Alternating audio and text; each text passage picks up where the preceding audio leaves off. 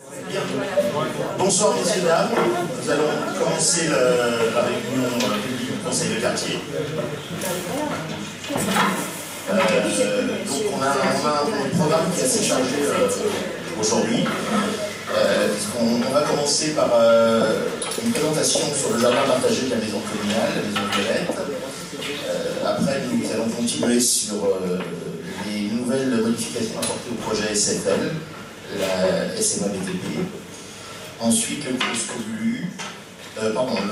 l'expérimentation du macadam insonorisant et anti-chaleur de la rue Frémincourt et le kiosque Lulu dans la rue. Et on terminera par une rapide présentation du budget participatif. Donc je vais céder la... Excusez-moi monsieur. Oui. Est-ce que vous savez si Madame Toubiana va venir?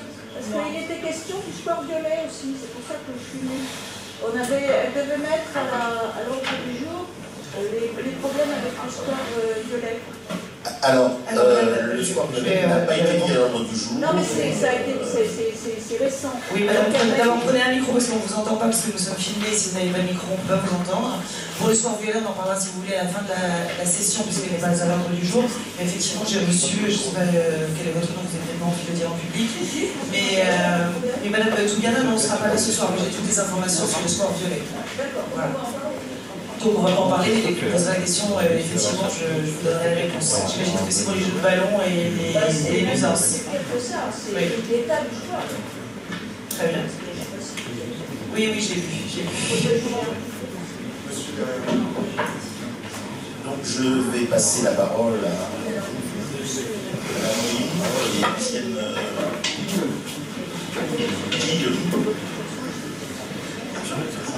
qui est donc l'ancienne présidente de la maison, enfin du jardin partagé, et M. Grosjean. Bonjour, merci beaucoup, merci pour l'invitation. Merci pour l'invitation et l'opportunité de présenter l'association Jardin partagé la maison Violette. Je pense que peut-être vous connaissez déjà, c'est le petit jardin qui fait partie de la maison d'ancienne mairie de Grenelle, qui est juste en face de l'école, du collège. Et moi, je suis Gian Rib, je suis l'ancienne présidente, jusqu'à quelques semaines, j'étais présidente de ce jardin, et Olivier, qui est maintenant le nouveau président pour les 3 prochaines années. C'est une association, elle a été créée en 2012. Il y a actuellement 11 membres avec chacun une petite parcelle qui va faire à peu près 4-5 mètres carrés. Il y a aussi des membres sans parcelle qui participent aux différentes activités de l'association.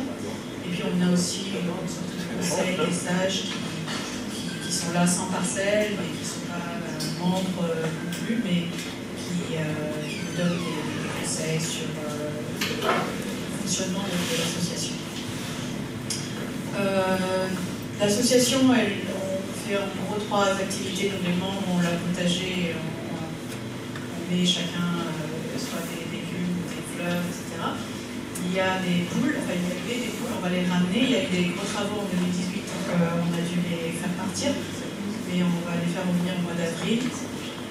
Les poules, c'est une grosse attraction pour les enfants du quartier. Donc, beaucoup de gens le demandent où sont les poules. Et puis après, on fait à différents mois de l'année, on fait différentes activités d'animation, soit on participe aux activités du quartier, ou alors on fait notre propre animation, on invite des enfants, distribution de semis, pédagogique, tout au long de l'année. Donc en 2018, on n'a pas fait beaucoup parce que le jardin était fermé à cause des travaux. Là, on reprend doucement avec le printemps et donc on a un petit calendrier pour 2019. Le jardin est ouvert, il y a une permanence tous les samedis de 10h à 12h à midi. Tant qu'il y a un membre du jardin, tout le monde est bienvenu. Par contre, ça ne fonctionne pas comme un jardin public, parce qu'on doit garder la sécurité et fermer les portes. Et Et puis sinon, bah voilà, on aura la fête de la nature au mois de mai, le 25 mai, en juin, on va participer aussi à la fête d'été. Et puis après septembre, fête des jardins, et puis après on organise un petit Halloween trick-or-treat. Donc là, tout le monde est invité à participer, et puis on aura peut-être d'autres choses en cours de route au fur et à mesure. Alors pour ce qui est de la sélection d'éléments, il y a une liste d'attente. Moi j'ai attendu 2-3 ans avant que quelqu'un me contacte pour me dire que quelqu'un était parti. Et puis en fait ça tourne quand même pas mal parce qu'il y en a qui déménagent, il y en a qui ne peuvent pas faire autant qu'ils l'auraient voulu, etc. Donc, d'ailleurs cette année on a pu accueillir 7 nouveaux membres. Sur les 11 parcelles, donc c'est quand même un bon turnover. Et les critères, on essaye de diversifier la mixité du groupe, donc certaines familles, membres qui ont des familles avec des enfants, des individuels, des couples. Et puis ensuite on regarde bien sûr l'ancienneté de la demande, donc il y a une liste qu'on met à jour. Et ensuite, on aimerait que tous les membres soient bien motivés, participer aux animations, etc. Puis bon, il faut que la personne soit domiciliée dans le 15e.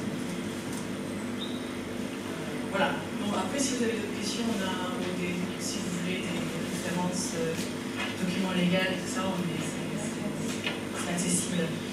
On a une petite page Facebook, pas toujours mise à jour, mais on va essayer de réanimer ça avec les. Si vous avez des questions, dites-moi.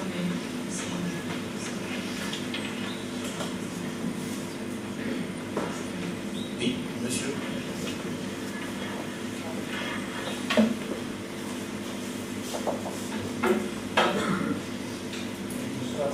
C'est une association, il y a un conseil d'administration, il y a un bureau. Et qu'est-ce que c'est que le conseil des sages? C'est pour apprendre à jardiner? C'est la première fois que je vois un conseil des sages pour un jardin partagé. Je vous remercie. Il y a 3 membres du Conseil des sages. En fait, au départ, c'était des membres fondateurs. Et puis, en fait, ils ont cédé leur place. Mais ils restent quand même dans l'organisation. Et on les a appelés les sages parce qu'ils sont très au courant de la partie administrative et les relations avec la mairie, tout ça. Donc, ils nous conseillent, on va dire, par exemple, si on veut avoir des subventions, et ils connaissent un petit peu comment ça marche. Et après, s'il y a des petits problèmes entre membres, ils sont là aussi pour conseiller. Voilà, le rôle de modérateur. Mais souvent, c'est ouais, ils ne veulent pas nécessairement jardiner, ils ont déjà jardiné auparavant. Et puis, ils ont cédé la place. C'est quand même. Ah ouais, voilà.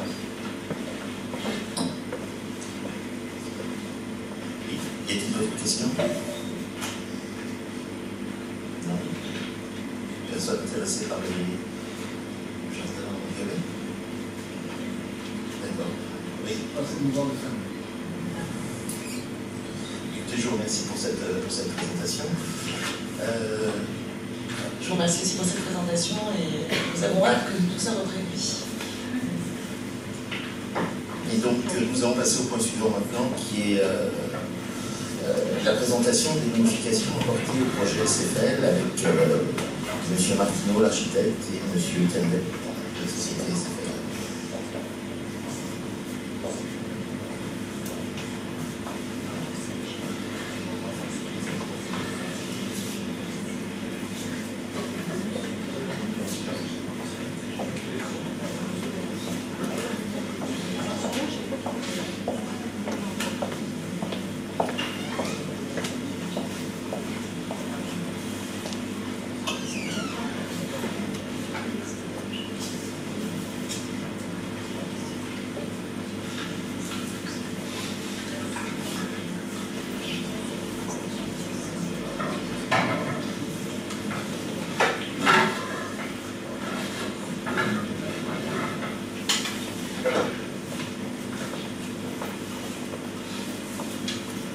Merci d'être présent ce soir. On va vous présenter, au jour d'aujourd'hui, il n'y a pas beaucoup de modifications. On va vous présenter, vous avez en grande partie, je pense, déjà vu, sauf pour ceux qui n'étaient pas là les dernières fois. On va vous faire aussi une petite mise à jour sur le planning de l'opération, qui s'est un peu décalé, du fait notamment de découverte d'anions supplémentaires. Et vous donner aussi quelques nouvelles sur un chantier qui l'espace qui va commencer dans quelques jours ou semaines dans l'avenue Émile Zola. Je vous laisse commencer, Ariel. Bonjour à toutes et à tous, donc moi je suis M. Martineau, je suis architecte, je crois que certains d'entre vous, je les ai déjà rencontrés lors des précédentes présentations publiques. Comme le disait Nicolas, il n'y a pas énormément de changements par rapport à ce que vous avez vu la dernière fois. On a aujourd'hui toujours une concertation qui est en place. En termes de communication, peut-être que Nicolas en parlera un petit peu plus, mais il y a des choses qui se mettent en place. Je pense que vous avez vu arriver un petit bungalow sur l'avenue Émile Zola qui servira de bulle de communication, donc qui sera ouverte au public, je ne sais pas encore les tranches horaires, mais qui permettra de présenter le projet au fur et à mesure de l'avancement. Voilà, donc il y a des choses qui seront organisées. Vous voyez ici qu'il y a toujours cette communication ouverte entre la mairie de Paris, que ce soit au niveau central, au niveau de l'arrondissement et aussi au niveau des différentes associations et copropriétés qui bordent le projet. Les principales modifications sur lesquelles on a travaillé, qui ont fait un peu évoluer le projet, ces choses qui nous ont été un peu, avec lesquelles on travaille en concertation avec la mairie de Paris, c'était de donner un peu plus de transparence vers le jardin qui va être fait au fond. Donc c'est des choses qui sont actées aujourd'hui dans le permis de construire modificatif qui a été déposé et qui est en cours d'instruction aujourd'hui à la mairie. Donc toutes les choses qu'on vous présente, ce sont des choses qui ont été arbitrées, encore une fois, avec les élus locaux sur leur demande d'amélioration et de modification de projet suite au premier permis de construire. Il y a eu des discussions avec les gens de l'avenue Émile Zola sur la hauteur du bâtiment, le nouveau bâtiment Zola. Le bâtiment Zola, nous le répétons, a été réduit d'un étage pour ces raisons-là, pour permettre de laisser un peu plus de vue vers le jardin au fond. C'est valable aussi pour la copropriété qui est de l'autre côté a été violée au niveau du 60 violet. Donc ça c'est pareil, c'est acté dans le permis de construire modificatif qui est en cours d'instruction. Vous voyez ici, il y avait aussi le problème de la transparence de la partie, tout ce qu'on appelle le connecteur entre le bâtiment Zola et le bâtiment existant, voilà, qui a été vous voyez, allégé, c'était la version de base. Et sur la droite, la version projet qui est aussi actée dans le permis de construire modificatif, qui est beaucoup plus transparent, donc il laissera encore plus de vue et d'indépendance entre les deux bâtiments. Donc ça c'était un point qu'on avait bien regardé, surtout que la mairie du 15e, qui nous avait demandé effectivement d'alléger cette vue et de laisser un peu plus transparent. Donc ce sujet-là a été traité. Au niveau des riverains, il y a eu beaucoup de discussions sur les mitoyens, notamment au niveau des courettes des différentes copropriétés. Il y a des choses qui ont été engagées, je crois, vis-à-vis des uns et des autres. Il y a des choses qui ont été amendées. Vous voyez à gauche, je prends l'exemple du petit 1, je crois que si je crois que c'est le 124 avenue Émile Zola, à cet endroit-là. Et on a modifié les courettes pour, qui sont en 1 toujours à droite ici, pour que chacun puisse bénéficier toujours de la lumière du jour telle qu'il a aujourd'hui, et surtout voilà, d'avoir un dégagement visuel ici. Donc ça a été fait. En 3, on a fait des petits aménagements aussi côté du 60 violet, on a reculé très légèrement la façade de la partie violet qui va être construite. Et en fait, en 2, ça avait été une question qui avait été souvent soulevée par beaucoup de riverains, c'était de savoir s'il devait y avoir des installations techniques en toiture du bâtiment. Voilà, donc oui, il y aura certaines installations techniques, mais il n'y aura pas d'installation technique bruyante ou pouvant générer des problèmes de salmonelle ou autre, puisqu'il n'y a plus de production propre pour les systèmes de climatisation sur l'immeuble. Donc toute la production des fluides, que ce soit pour le refroidissement ou pour le chauffage, seront faits par les réseaux urbains, que ce soit CPCU et Climespace. C'est pour ça que vous allez voir démarrer dans très peu de temps à l'avenue Émile Zola des travaux qui ne sont pas seulement liés à nous, mais qui sont des travaux, j'ai envie de dire, de Paris, sur l'amener du réseau de froid Climespace. Et vous aurez aussi des travaux côté violet. Là encore une fois, c'est des travaux qui sont réalisés en concertation avec le chauffage urbain, CPCU et la ville de Paris pour prolonger le réseau de CPCU, et ça sera côté violet. Donc nous n'aurons plus, encore une fois je le répète, l'installation de production fluide, chaud et froid sur l'immeuble. On n'aura plus de la ventilation. Voilà l'image du projet, donc ça ressemblera fortement à ça.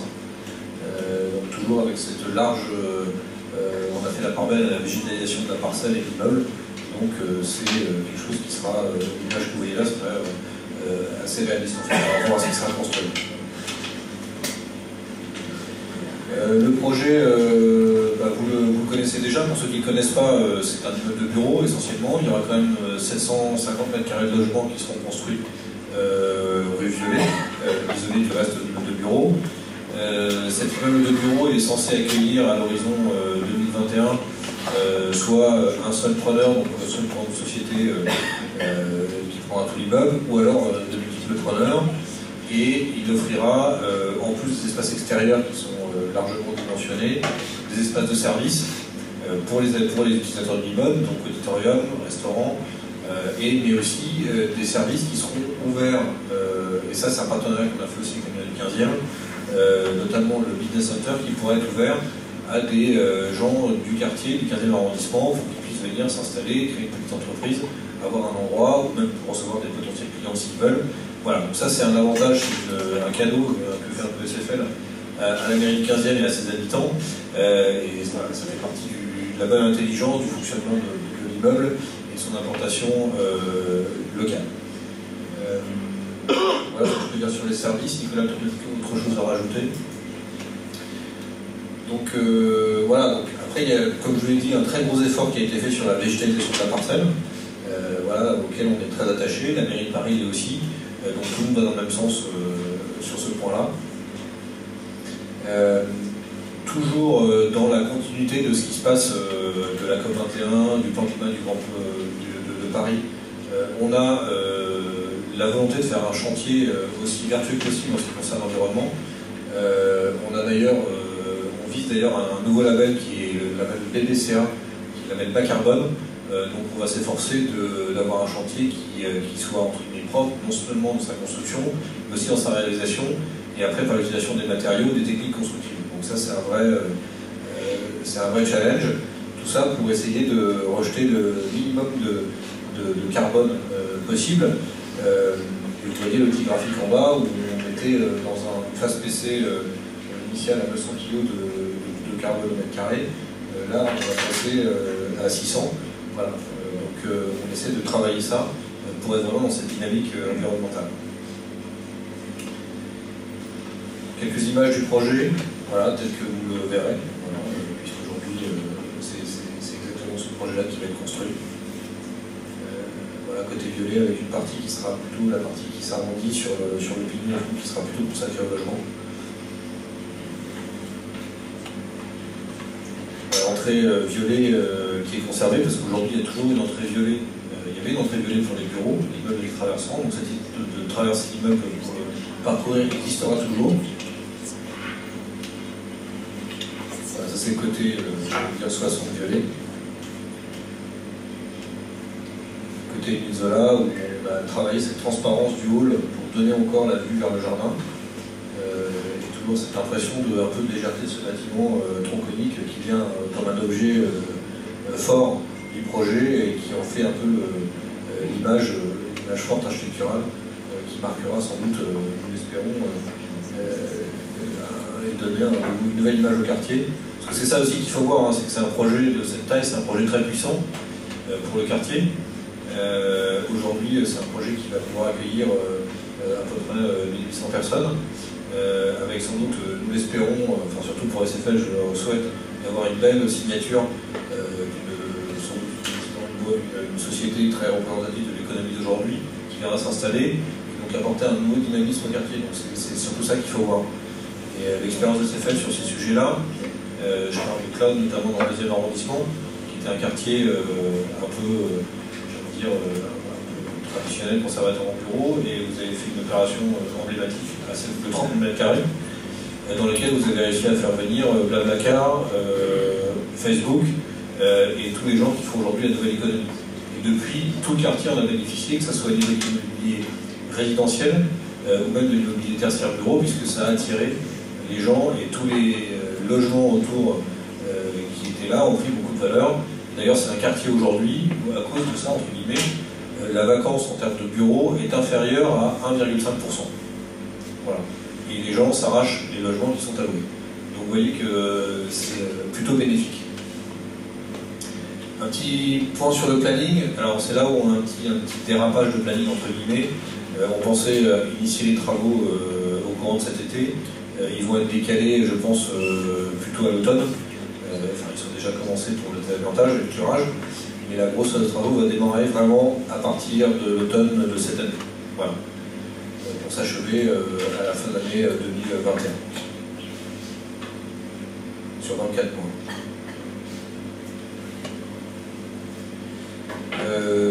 Vous savez qu'il y a déjà des, comme je disais tout à l'heure, des méthodes de communication et qui sont installées, qui sont là, que vous avez déjà sollicité. J'ai fait comprendre qu'il y avait quelques petits soucis avec la bâche récemment, mais je pense que ça va être arrangé. Donc voilà, donc encore une fois, ce processus de communication est en place, il fonctionne notamment, enfin s'il y a des problèmes, vous ne pouvez pas hésiter à nous dire, surtout vous faire remonter l'info à SFL, et on se fera fort d'améliorer les choses si vous voyez qu'il y a un problème. En tout cas, sachez que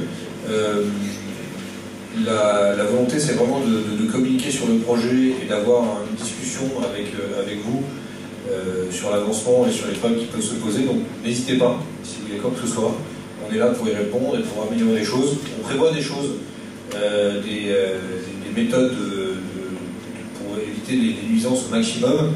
On ne sera pas forcément bon partout, peut-être ce qu'on aura prévu ne sera pas forcément adapté, donc c'est en travaillant avec vous aussi qu'on pourra les adapter pour que ça se passe bien.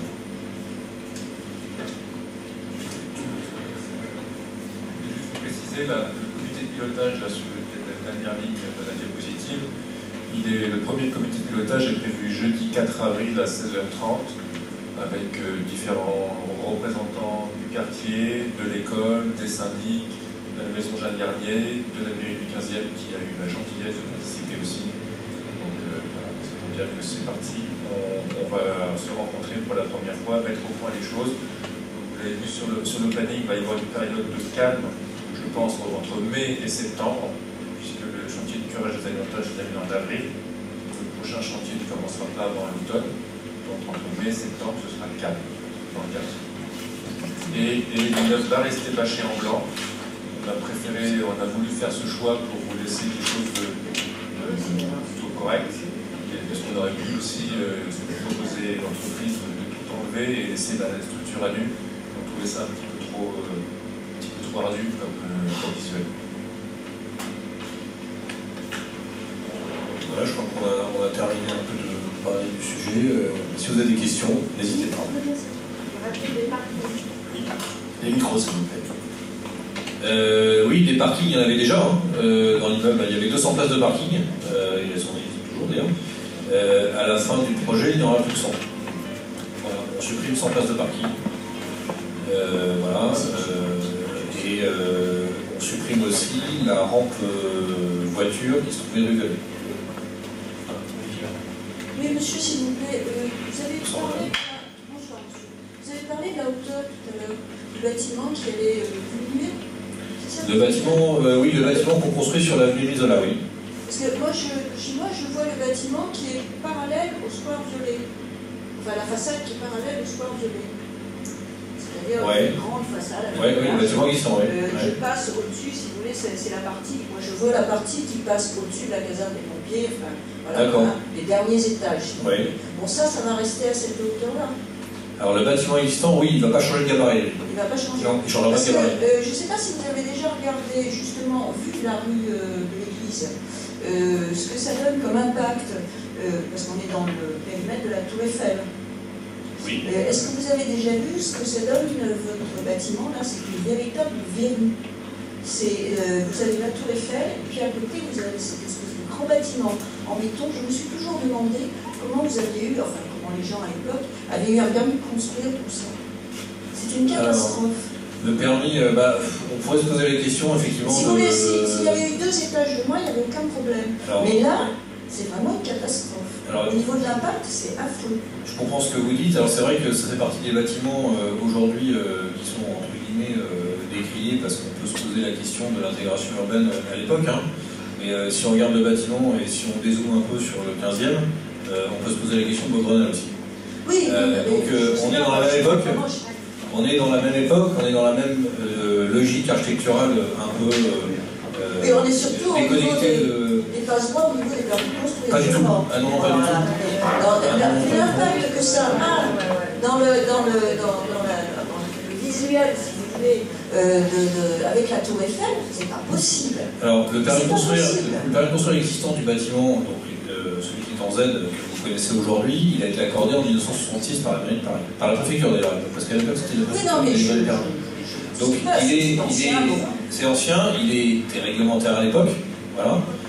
Aujourd'hui on ne pourrait pas le reconstruire de cette façon-là, pour plein de raisons, dont celle que vous évoquez, d'accord. On pourrait pas faire, on n'aurait pas pu faire les tours du 15e aujourd'hui, on n'aurait pas pu faire tout un tas de bâtiments dans le 15e aujourd'hui, et on n'aurait pas pu faire la tour Eiffel aujourd'hui. Et en plus. Donc, effectivement, on hérite d'une situation qui est celle-là.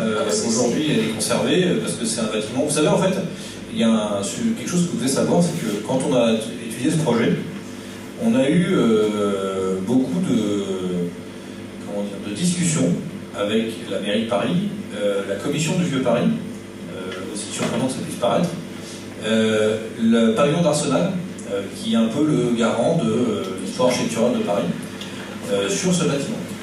Parce que il fait partie des bâtiments emblématiques, alors on n'en a même pas un, des années 60, d'une époque où on construisait cette architecture-là.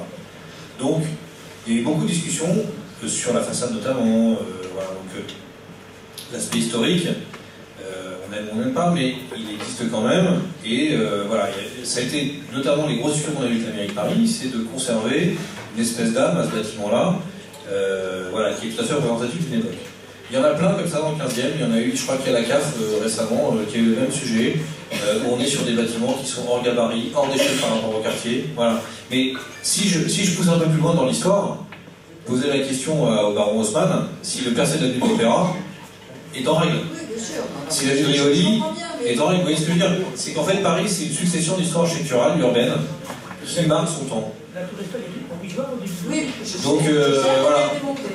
Donc après, la question je la comprends, mais ça restera comme ça. C'est-à-dire que comme il y avait des travaux et que vous avez évoqué, c'est pour ça que je posais la question, vous avez dit tout à l'heure qu'il y avait une partie du bâtiment qui allait perdre un étage. Je me suis dit c'est peut-être. Non, c'est le bâtiment construit sur la ville de Zola. Le bâtiment construit sur la ville de Zola, il perd un étage. Bon, merci. Voilà, désolé. Y a-t-il une question?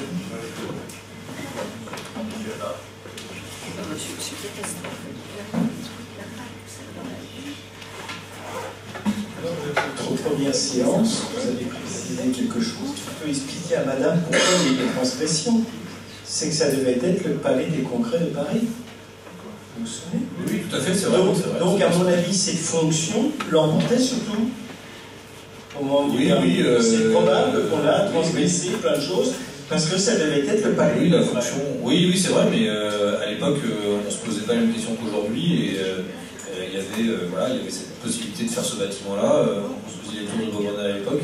Celui-là, il était tout petit à côté.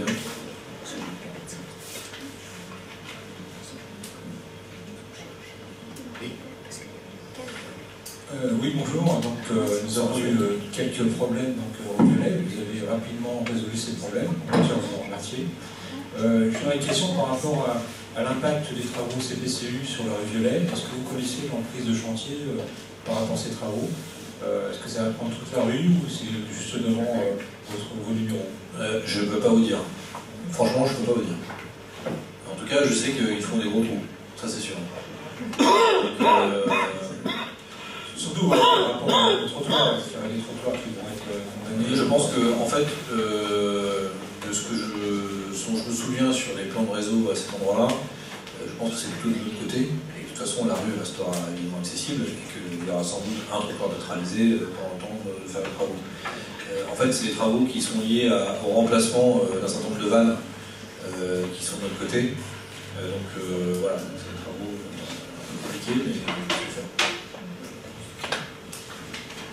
Dans le quartier, on connaît bien les travaux de la CPC. On a souvent eu affaire à eux. Y a-t-il d'autres questions? Bonsoir. Lors de votre dernière présentation, donc la deuxième, parce que c'est la troisième, vous avez posé la question d'envisager une possibilité pour les associations du quartier, puisque l'arrondissement manque cruellement d'espace pour les associations. On avait dit que vous aviez étudié la question. Est-ce que vous avez pu avancer sur cette question? C'est une possibilité d'occuper éventuellement à des tarifs abordables certains des espaces. Oui, tout à fait, oui. L'espace business center peut paraître vous avez parlé d'entreprise tout à l'heure, c'est pour ça que je me permets d'insister sur l'aspect associatif. Voilà, l'association des banlieues n'ayant pas les mêmes moyens que l'entreprise, et le 15e manquant cruellement d'espace pour les associations. Donc cet espace business center pourrait être ouvert à des tarifs préférentiels pour des associations du 15e arrondissement, en lien avec la mairie du 15e, ainsi que pour l'Institut Jacques Garnier et l'école du Lac. D'accord. Donc ça veut dire que ce serait la mairie du 15e qui flécherait les associations vers chez vous, ou comment se feraient les réservations du coup? L'occasion, on n'est pas là. Je peux vous dire que pour les réservations, c'est vrai qu'on n'a pas encore posé cette question-là, on s'en pose beaucoup sur le chantier, etc.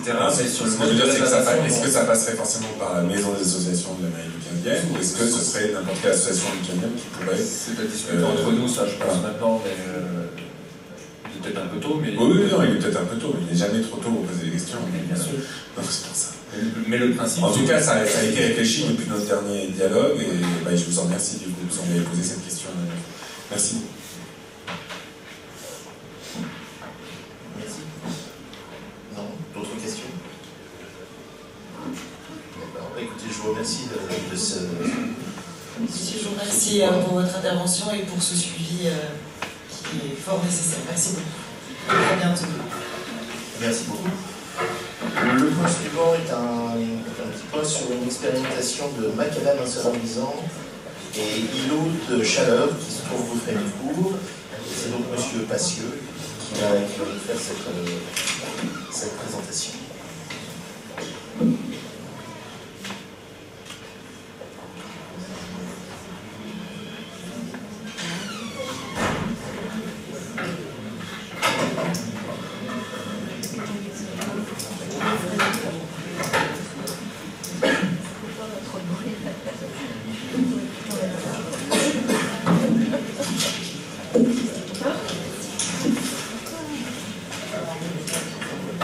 Bonjour, donc je vais vous parler d'une expérimentation qui a été faite sur les nouveaux enrobés de chaussée à l'occasion des travaux là, donc, rue Frémicourt, parce qu'en bas, enfin rue Frémicourt, comme c'est l'opération globale, parce qu'en bas. Il s'agit d'une opération européenne, hein, le petit logo en bas à gauche, avec les principaux majors là, des travaux publics. Là, en l'occurrence, les entreprises représentantes de Secolas et Eurovia, et puis la mairie de Paris, et puis quelques institutionnels pour la mairie de Paris, oui, Parif, et puis la région Île-de-France. Donc c'est quelque chose qui s'inscrit bien sûr dans le plan climat, la politique générale de la ville à ce sujet, hein, sachant qu'il y a des enjeux majeurs dont on parle très souvent, je ne peux pas m'étendre là-dessus, mais pour protéger les Parisiens et puis vivre avec le changement climatique qu'on sent venir, et puis accompagner les nouveaux modes de déplacement, et puis renforcer la solidarité dans un certain pays. Ça s'inscrit aussi dans la politique générale de lutte contre le bruit. Donc il y a un plan d'action qui existe pour le coup depuis très longtemps, hein, puisqu'il y a eu des résorptions de points noirs sur le périphérique, il y a eu des politiques anti-bruit depuis très longtemps, et maintenant donc on est On est vraiment sur la... Ça va plus... Là, ça a évolué. Au début, on faisait des écrans anti-bruit pour essayer d'éviter que le bruit se propage. Et plus ça va, plus on travaille sur la source. C'est-à-dire éviter que les bruits soient produits ou soient absorbés, en tout cas, très tôt au niveau des enrobés. Si les voitures eux-mêmes font encore moins de bruit, c'est encore mieux, bien sûr. Mais voilà, donc il y a un enjeu fort par rapport à toutes les maladies potentielles. Plus on a des études sur le bruit, on voit ce que ça peut faire en termes d'impact sur les maladies cardiovasculaires, ou les troubles du sommeil, le stress, etc. Donc voilà, ça s'inscrit dans tout ce que vous savez un peu, dont on parle souvent. Ce projet, c'est un projet qui a 3 sites pilotes sur Paris, avec des revêtements innovants. Donc c'est les enrobés de chaussée, donc ce qu'on appelle le tapis, ou vraiment la surface sur laquelle on roule, la surface de roulement. Les travaux ont été mis en œuvre dans les 3 sites en même temps, là, en octobre 2018, et puis la campagne d'expérimentation elle-même, de mesure et de retour d'expérience durera jusqu'en 2027. Donc on est vraiment au début de cette expérimentation. Les objectifs qui sont de 2 ordres. Il y a les îlots de chaleur, c'est-à-dire c'est la lutte contre la chaleur qui s'accumule en ville.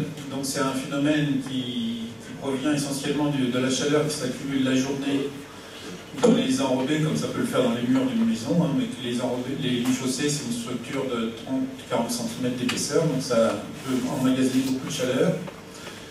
Et la nuit, ça la restitue, comme l'a fait la Terre ou l'eau en général, mais plus c'est monté en température, et plus ça restitue.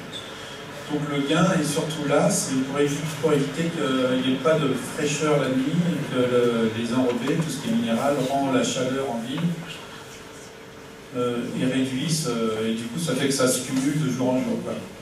Donc voilà, c'est ce qu'on appelle la lutte contre les îlots de chaleur. Donc là, l'objectif visé est de gagner 2 degrés, donc ce qui est peu, mais ce qui est à la fois énorme, en termes un impact assez vite, et d'autant que la baisse de température ressentie, dans ce cas-là, est de 3 degrés. En termes de bruit, l'objectif est 3 décibels. Alors 3 décibels, il faut savoir que l'oreille a un panel très important, donc c'est l'échelle logarithmique. Quand on gagne 3 décibels, on réduit le bruit de moitié. Donc c'est déjà très intéressant. Alors bien sûr, ce gain est surtout au niveau du trottoir, quand on marche à côté. Si on est plus haut au niveau des façades, comme le bruit aussi diminue assez rapidement, ça diminue avec le carré de la distance, on est à des gains de 2 décibels en général sur les façades d'immeubles. Voilà en termes d'objectifs ce qui a été retenu pour ces expérimentations. L'exposition au bruit, vous la connaissez, là il y a 2 camemberts, à gauche c'est le jour et à droite la nuit, donc heureusement c'est plus calme la nuit. Et donc on est dans des régimes très calmes, c'est 55 soit 55 à 60 décibels, hein. Et les plus hauts, donc le périphérique, on atteint 75, 80 décibels. Donc la fourchette rouge, là c'est au-dessus c'est déjà 65 à 70 décibels. Bon, la nuit, bien sûr, c'est quelque chose qui se réduit. Et puis, les sources de bruit, c'est à la fois les véhicules, les moteurs, mais tout ça, et puis les contacts du pneu avec la chaussée. Donc, on va voir comment on peut travailler là-dessus. Les 3 sites, donc, il y en a un dans le 8e rue de Courcelles, un rue Le Courbe, et puis celui qui nous intéresse plus particulièrement ce soir, la rue Frémilly. Donc, le 15e, c'est bien défendu. Voici la rue Frémicourt, et puis à chaque fois vous avez la carte bruit qui va avec, hein, pour le jour en bas à gauche et puis la nuit en bas à droite. Donc bon, bien sûr les rues ont été retenues en fonction de critères physiques aussi, hein, parce qu'il fallait à la fois qu'on ait quelque chose de représentatif par rapport au bruit pour pouvoir mesurer les différences. Et puis par rapport à la chaleur, il fallait une certaine orientation des rues, que le soleil arrive, les rayons du soleil arrivent jusque sur les enrobés. Donc on préfère avoir une rue un peu ouverte et assez large, avec une bonne orientation pour qu'il y ait au moins certaines heures où le soleil rentre vraiment dans la chaussée, vienne vraiment chauffer les enrobés. Et puis après, il y avait bien sûr des critères d'opportunité, de savoir les enrobés qui étaient faits. Donc on a réussi à obtenir ces deux-là. En termes de recherche proprement dit, donc le travail, c'est en fait, il y a deux pistes quand on a des enrobés comme ça. Donc il y avait déjà des enrobés acoustiques qui existent depuis un certain temps, qui avaient testé notamment sur les voies rapides, etc. Il s'était avéré qu'ils sont ils étaient à la fois les premiers relativement moins résistants et puis ils avaient tendance à s'user plus vite. Et puis l'autre partie, c'est que quand ces enrobés là, c'est des enrobés qui ont des creux, enfin une certaine porosité pour piéger le son en fait, que le son comme des baffes acoustiques qu'on fait dans le bâtiment. Donc avec les grands axes, ils finissaient par se colmater en une année, sur le périphérique c'était en quelques mois d'ailleurs, et ils se colmataient et les gains acoustiques étaient très réduits. Donc voilà, l'idée c'est de partir de ces enrobés-là qu'on connaît un peu maintenant mieux, de travailler sur les liants. Donc il y a deux matériaux pour ces enrobés, il y a les petits cailloux qu'on voit là, donc ce qu'on appelle les agrégats, et puis le liant, donc le bitume, qui sert à les attacher, comme le béton, comme le ciment sur le béton. Voilà. Bon, puis après on joue pour le côté chaleur avec la couleur des matériaux. Bon, puis après, il y a tout ce qui est rugosité et absorption. Donc là, c'est avec les formes, les densités de cailloux. Donc l'idée, c'est ça. Avant de faire ces expérimentations, il y a bien sûr beaucoup de recherches en laboratoire. Donc il y a des petites galettes qui sont faites comme ça. On étudie avec des sources sonores les taux d'absorption, de transmission du son, et puis d'absorption de la chaleur. Après, en termes de mesures, donc je vous disais, on s'est associé dans ces expériences bruit parif, comme pour avoir un témoin et des mesures tout à fait fiables et qui ne puissent pas être mises en question. Bon, donc c'est leur métier, leur unique métier de base, et ils sont indépendants, et des constructeurs, enfin des entreprises et de la ville. Donc c'est les appareils que vous connaissez, que vous avez dû voir un peu déjà, là, qui sont posés. Alors, ils servent à la fois à mesurer le trafic, la température, et le bruit, bien sûr. Voilà. Donc, sinon, vous voyez en bas à droite, là, la planche. Il y a bien sûr, comme toutes les expériences, une planche de référence, donc, qui a été faite avec des enrobés classiques, en fait. Donc c'est sur 400 mètres au total, donc la planche de référence fait 200 mètres.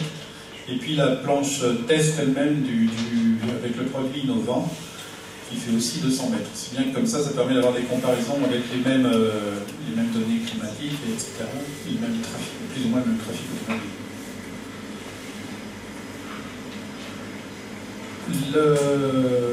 L'évaluation du projet maintenant, donc c'est ce que je vous disais, les travaux ont été faits en octobre 2018, donc on est encore très proche des travaux. On a un retour d'expérience qui est pas encore très important, d'autant que l'expérience, je vous disais, devait durer jusqu'à 2027, donc il va y avoir des essais réguliers, mais avec les collèges européens qui se réunissent, donc c'est quelque chose plutôt qui est de l'ordre de tous les 6 mois.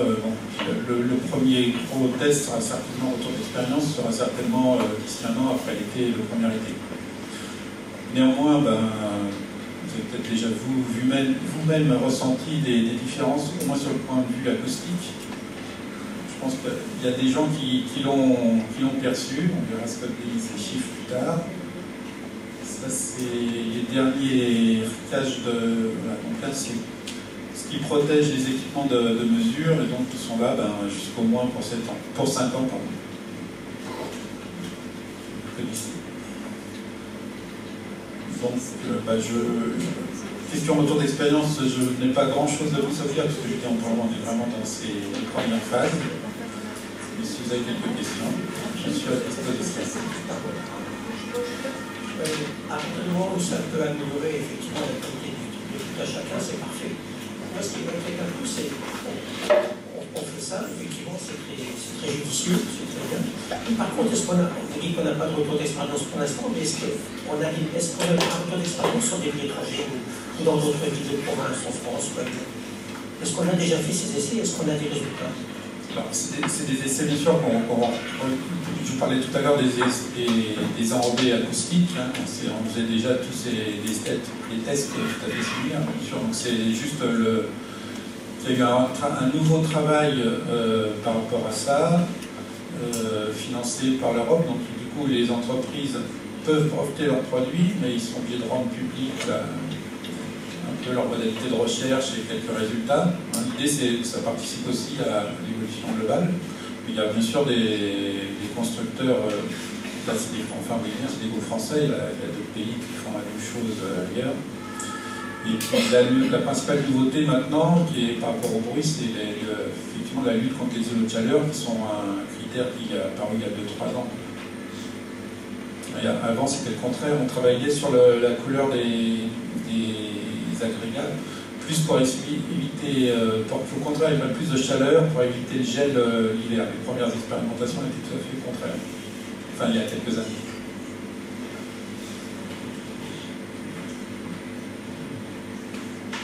Oui, une question. Là, donc, sur les chaussées, on a beaucoup de travaux, donc des opérations de décaissement. Dans l'avenir, si on a un décaissement sur ce type de revêtement, est-ce que les sociétés sont à même de remettre le même type de revêtement ou on mettra du bitume traditionnel?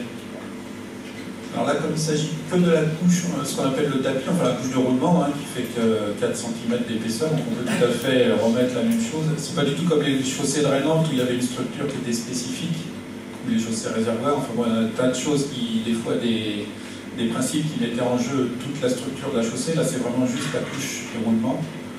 Donc, si on peut remettre la même chose dans la prochaine rénovation, on met la même chose, et si on veut changer, on peut changer. Ça ne m'engage pas sur ce point-là. Ça peut représenter un coût phénoménal quand même. Alors, ça représente un surcoût, bien sûr, puisque les productions sont, c'est pas de la grande série, on va dire. Donc, l'expérimentation et l'enjeu européen, c'est ça, c'est de prendre en charge ces surcoûts ou d'aider l'entreprise à les payer. Et pour la ville, nous, on a payé le prix d'un enrobé normal. Et c'est l'entreprise et les subventions qui permettent, mais les subventions, ça a aussi tout ce qui est instrumentation et puis mesure, ça a aussi un coût assez important. Puis les coûts de labo avant. Donc, mais bon, on est en gros, selon les produits, à 10-20% au-dessus du prix l'enrobé classique. Oui, juste une question. Vous avez dit que l'expérimentation allait se faire jusqu'en 2027. Est-ce qu'il va y avoir une possibilité d'étendre un petit peu les zones d'expérimentation avant cette date-là? Par exemple, à Minisola, vous savez qu'il y a à Minisola des bus de nuit qui passent, qui sont extrêmement bruyants. Enfin, un bon terrain, par exemple, pour expérimenter ce genre de choses. Et la deuxième chose, il y a eu des travaux il n'y a pas longtemps à Minisola, et il y a toujours des problèmes qui existent à Minisola. J'aimerais savoir s'il y a une réception de ces travaux et si des améliorations sont prévues. Les problèmes que vous pouvez dire à quoi penser? À quoi je pense? Tout simplement un emplacement d'arbres qui se trouve coincé entre une terrasse de café et un passage piéton, ce qui fait que les gens avec des poussettes, avec des fauteuils roulants, avec des béquilles, se prennent les pieds ou les roues dedans, et c'est très très très dangereux, par exemple. Et il y a d'autres choses à faire. Alors, en ce qui concerne l'extension du produit, donc bien sûr, quand on dit qu'il y a un produit qui fait plein de choses, on a envie d'en mettre un peu partout, mais ce type-là, donc il faut quand même qu'on attende un petit peu. Alors, on n'est pas obligé d'attendre 5 ou 6 ans, déjà dans 1 an ou 2, on saura peut-être un peu comment ça se passe. Bon, après, je dis bien, c'est des produits qui ne sont jamais que des dérivés des études, qui sont issus d'autres produits qu'on faisait pour le traitement acoustique. Donc, on sait quand même faire des enrobés acoustiques aussi plus classiques. Donc les choses se font comme ça, quoi. Petit à petit, si on voit que c'est adapté, il y a aussi des classes de trafic, en fait, c'est adapté. Donc, on parlait de voies, on a pris des voies de trafic moyen. C'est sûr que si on va sur des voies plus importantes, la teneur en liant qu'on aurait besoin de mettre, par exemple, en termes de résistance, c'est plus importante. Enfin, il y a des avis techniques à chaque fois pour chaque produit et des fourchettes, des plages de préconisation en fonction du trafic, de la composition du trafic, ça peut plus ou moins de camions, véhicules légers. En termes de bruit, c'est la même chose. Donc, je vous disais un petit peu les deux sources principales de bruit, donc c'est le moteur et le bruit des pneus là, qui en fait emprisonne l'air et qui fait l'origine du bruit du pneu, c'est juste l'air qui est emprisonné entre la gomme et l'enrobé. Donc, selon les vitesses, donc quand on est en dessous de 30 à 40 km/h, en fait, ce qu'on entend, c'est surtout le bruit du moteur. Puis après, quand les voitures vont plus vite, on entend surtout le bruit de roulement. Donc, il y a des produits qui sont plus ou moins adaptés, parce que l'absorption n'est pas forcément la même à toutes les fréquences. Pour ça. Donc, c'est vraiment ce produit-là est adapté pour les voies pour lesquelles il a été étudié, donc certaines voies à trafic moyen, peu urbain, et pas trop de camions, etc. Et les préconisations seraient faites comme ça. On a un panel de plein d'enrobés pour plein de choses.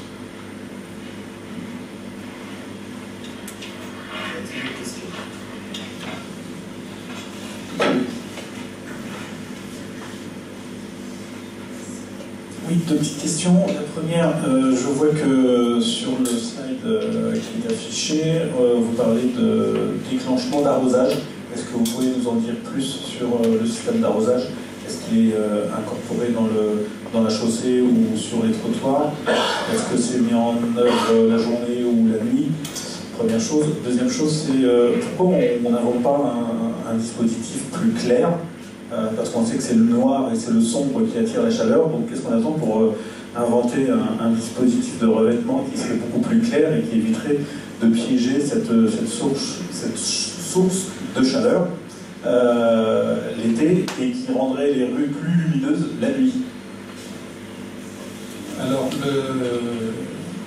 en ce qui concerne l'arrosage, c'est une partie de l'expérimentation. Donc ces enrobés-là ont une certaine absorption de l'eau et une capacité à transférer la chaleur à l'eau qui s'évapore vite à se refroidir plus rapidement. Donc ça fait partie de l'expérimentation et ça veut dire qu'il n'y a pas du tout d'arrosage automatique ou de choses comme ça prévues. C'est simplement si vraiment il y avait des crises, donc je pense qu'on le fera là. Quand je dis on, moi je rapporte, je suis pas du tout, je suis dans le quotidien de l'Avoirie, je suis pas du tout. Mais il y aura certainement des expériences pour voir comment la chute de température que ça peut générer et savoir qu'on puisse utiliser en cas de canicule qui dure, par exemple, si au-delà de 5-6 jours on se dit tiens, on a toujours une possibilité de faire passer des arroseuses et puis donc c'est vraiment là pour le coup, c'est vraiment plus dans la recherche que d'exploitation quotidienne. En termes de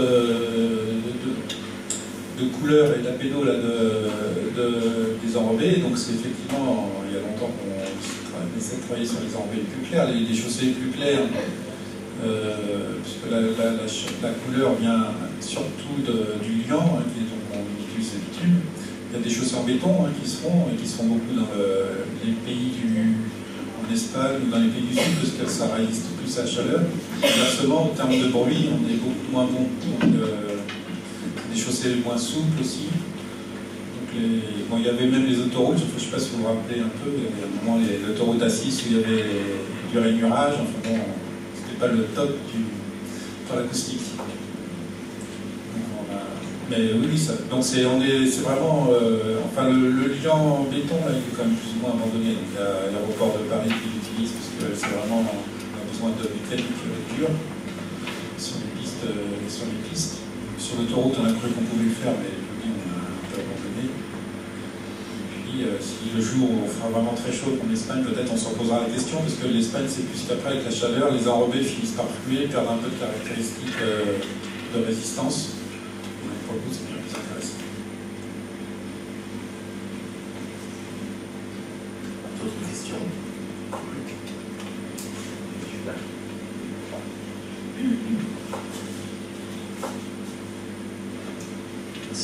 Merci. Bonsoir.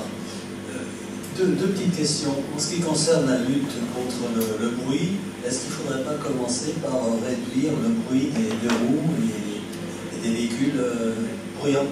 Ça serait déjà une avancée. Et en ce qui concerne le refroidissement de la chaussée, j'ai remarqué qu'il y avait des arbres seulement sur un côté. Est-ce qu'il y aura des arbres sur un deuxième côté de la rue? Alors, en ce qui concerne la lutte, on va dire, de la réduction des nuisances à la source, effectivement, je pense que la politique de la mairie est tout à fait dans ce sens-là, quand même, de la réduction de la voiture et de tout ce qui est vers des circulations plus douces. La politique pour le vélo est quand même assez évidente, pour le coup, je pense.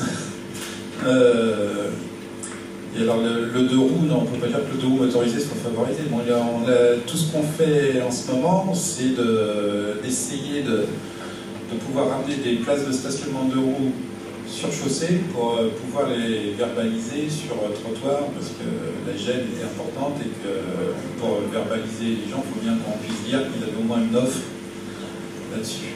Et puis après, donc, la ville participe aussi avec tout ce qui est système de voitures électriques. Enfin bon,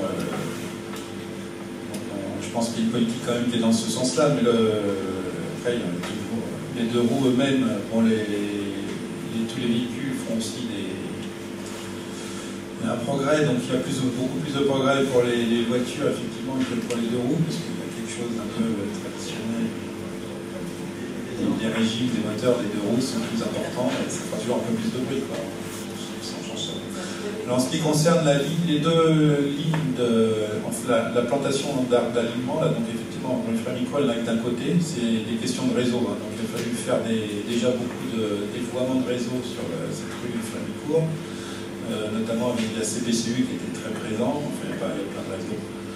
Donc la conclusion a été qu'il y a un côté qui peut être planté et qui a été mis à profit. De faire un terre-plein central, mais... Non, enfin bon, je n'ai pas participé à toutes les études, mais je sais que la question a été posée, on a eu des éléments de réponse là-dessus. Et bien sûr, les architectes, dès qu'ils peuvent, les architectes urbanistes, dès qu'ils peuvent planter, pas de le faire, même des suggestions de réseau. Je rappelle, il y en a 14 arbres, pas mal.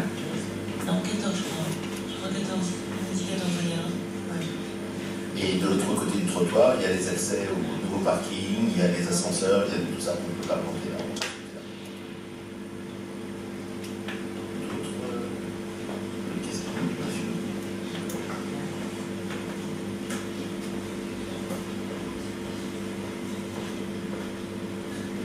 Bonsoir, c'est pas une question, c'est une remarque vers monter à qui de droit.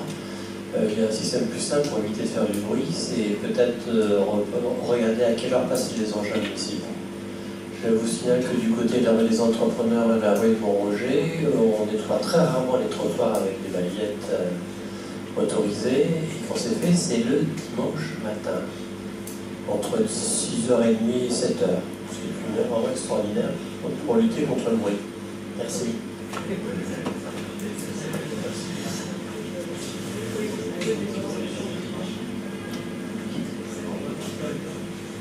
Oui, vous indiquiez vous-même que les deux roues étaient à l'origine de 39%, c'est bien lu, 39% du bruit, ce qui est quand même absolument considérable et de loin supérieur aux autres origines.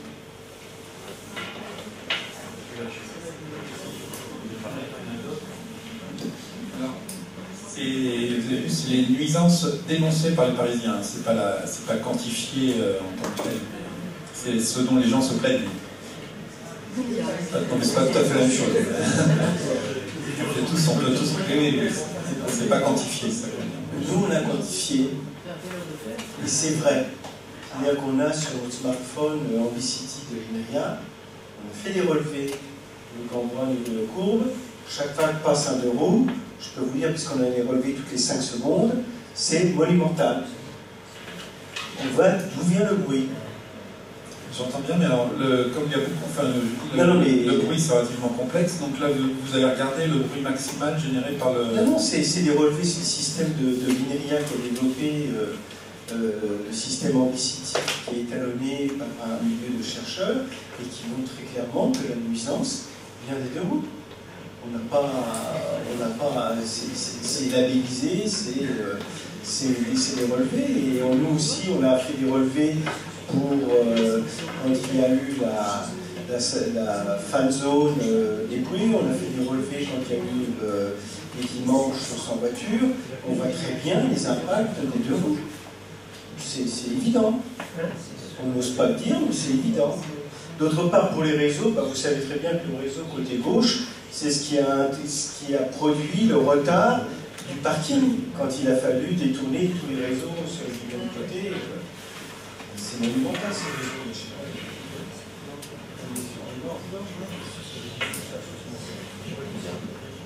Quelqu'un d'autre? Moi, je voudrais juste vous poser une petite question, je ne vais pas vous lâcher comme ça, ne vous inquiétez pas.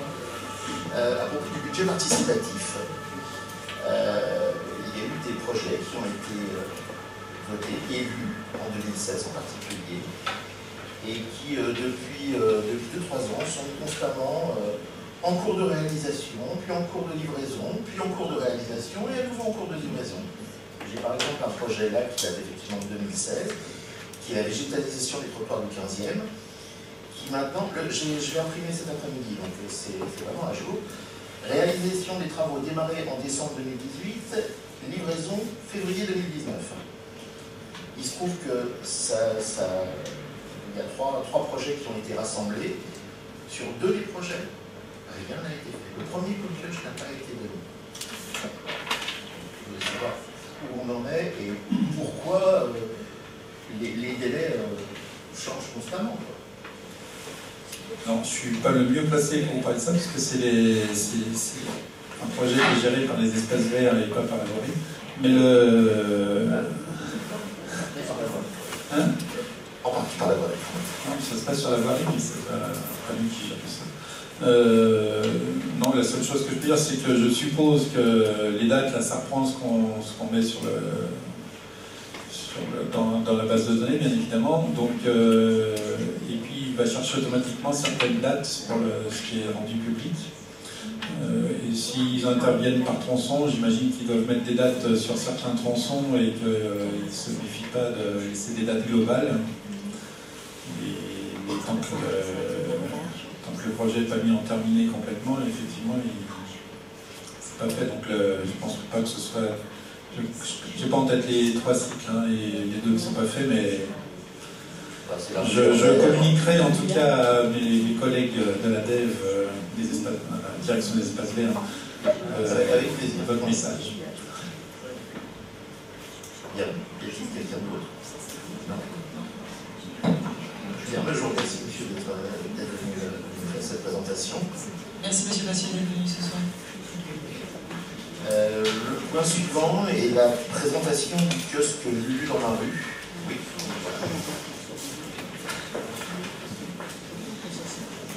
Madame Découvert, c'est ça? Oui. Je suis accompagnée d'Alicia, qui est notre concierge de commerce.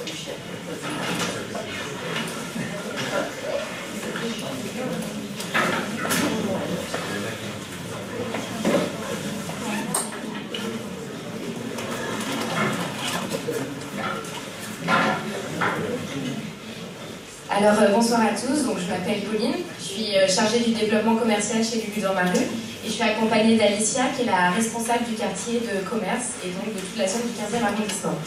Donc déjà merci à vous de nous avoir invités ce soir à faire un petit bilan du kiosque Lulu dans ma rue. Ça fait déjà 2 ans que nous sommes implantés juste là à la sortie du métro Place du Commerce. Et de notre côté, c'est une vraie réussite et ça fonctionne très très bien en ce qui concerne le référencement des Lulu, mais aussi la création d'activités. Donc, si vous voulez, je vous fais juste un rapide historique de ce qu'est Lulu dans ma rue. Donc, ça a été créé il y a 3 ans et demi maintenant par un monsieur qui s'appelle Charles-Édouard Vincent et qui était aussi à l'origine d'un chantier d'insertion qui s'appelle Emmaüs Défi et qui a été créé il y a 10 ans dans le 19e arrondissement. Le but de ce chantier d'insertion était donc de permettre à des personnes qui... Merci beaucoup. Des personnes qui sont éloignées de l'emploi et qui vivent à la rue de se réinsérer par l'activité économique. Par l'activité économique. Il a travaillé pendant 7 ans dans ce chantier d'insertion et au bout d'un moment il s'est dit c'est super de pouvoir permettre à ces personnes de se réinsérer dans la société, mais après elles ne sont pas forcément, elles n'ont pas la volonté d'avoir un travail classique dans une entreprise avec une hiérarchie. C'est là où il a eu l'idée de créer Lulu dans ma rue. Donc du coup, pouvoir créer de l'activité à l'échelle locale pour des personnes qui étaient éloignées de l'emploi. Donc ça a pris forme, le premier kiosque a été posé à Saint-Paul dans le 4e arrondissement en avril 2015. Et puis très rapidement, on s'est rendu compte que le profil de nos Lulu, il évoluait. On n'était plus du tout sur des profils de personnes éloignées de l'emploi, mais il y avait de tout type de personnes, des étudiants, des salariés, des retraités qui, le jour de leur retraite, se retrouvaient seuls et avaient besoin juste d'avoir un peu de lien avec d'autres personnes. Et en fait, aujourd'hui, on a une communauté de 600 Lulu avec des profils extrêmement différents. Et c'est ça aussi qui fait la richesse de notre communauté. Donc, à date, on a 6 kiosques intramuros dans Paris, dont celui du commerce. Et on en a également un en dehors de Paris, à Clichy-la-Garenne. On est présent sur 5 marchés parisiens, dont 2 dans le 15e arrondissement, donc à la mode Piquet-Grenelle le mercredi matin et à Convention le mardi matin. Et puis nous avons également des corners au BHV Marais et dans un carrefour dans le 5e arrondissement. Donc aujourd'hui on est très contents parce qu'on a plus de 25 000 clients et 600 Lulu actifs, comme je vous le disais. Au niveau du 15e arrondissement, on est à plus de 3800 clients, 150 Lulu actifs, 5000 demandes passées depuis 2 ans et un taux de satisfaction de 4,8 sur 5. De notre côté, on est absolument ravis de ce qui se passe sur le 15e arrondissement. On a un accueil, et je pense que Alicia pourra le témoigner aussi, un accueil de la part des riverains, mais également des commerçants du quartier qui est extrêmement chaleureux. Et donc, nous, on est ravis du coup de ce partenariat et de cette présence dans votre arrondissement. Donc, voilà. Est-ce que vous avez des questions concernant notre activité, concernant nos Lulu ou d'autres? Ce que vous appelez Lulu, c'est ce que je pourrais appeler un service de conciergerie, par exemple. Alors, trouver des gens pour faire des travaux ou... Oui, tout à fait. Pardon, c'est vrai que je n'ai pas précisé le cœur de l'activité. Lulu dans ma rue, du coup, nous on référence des habitants de tous les arrondissements de Paris qui ont des compétences diverses. Ça peut être du bricolage, du ménage, de l'assistance informatique, des gros bras pour du déplacement d'objets. Et donc du coup, nous, on accompagne ces personnes qui souhaitent avoir un complément de revenu, avoir un statut de micro-entrepreneur. Ils ont une assurance professionnelle et puis aussi on les voit plusieurs fois pour être sûr de leurs compétences, on vérifie leurs références lorsqu'il y en a, pour ensuite les mettre en relation avec des riverains, des usagers qui ont besoin de petits coups de main dans leur quotidien. Donc ça peut tout à fait être un ménage d'appoint ou un ménage récurrent, mais aussi si par exemple vous avez votre tringle à rideau qui tombe et vous n'avez pas le matériel et pas les compétences, parce que ça peut arriver, nous on vous met en relation avec un habitant de votre quartier qui a les compétences, qui est déclaré, assuré et qui pourra venir chez vous pour remettre cette tringle à rideau en place contre une rémunération au temps passé. Voilà. Donc les Lulu, ce sont donc des habitants qui sont micro-entrepreneurs.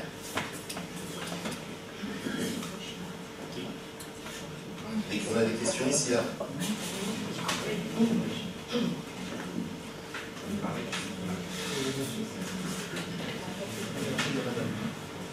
Vous avez des points fixes.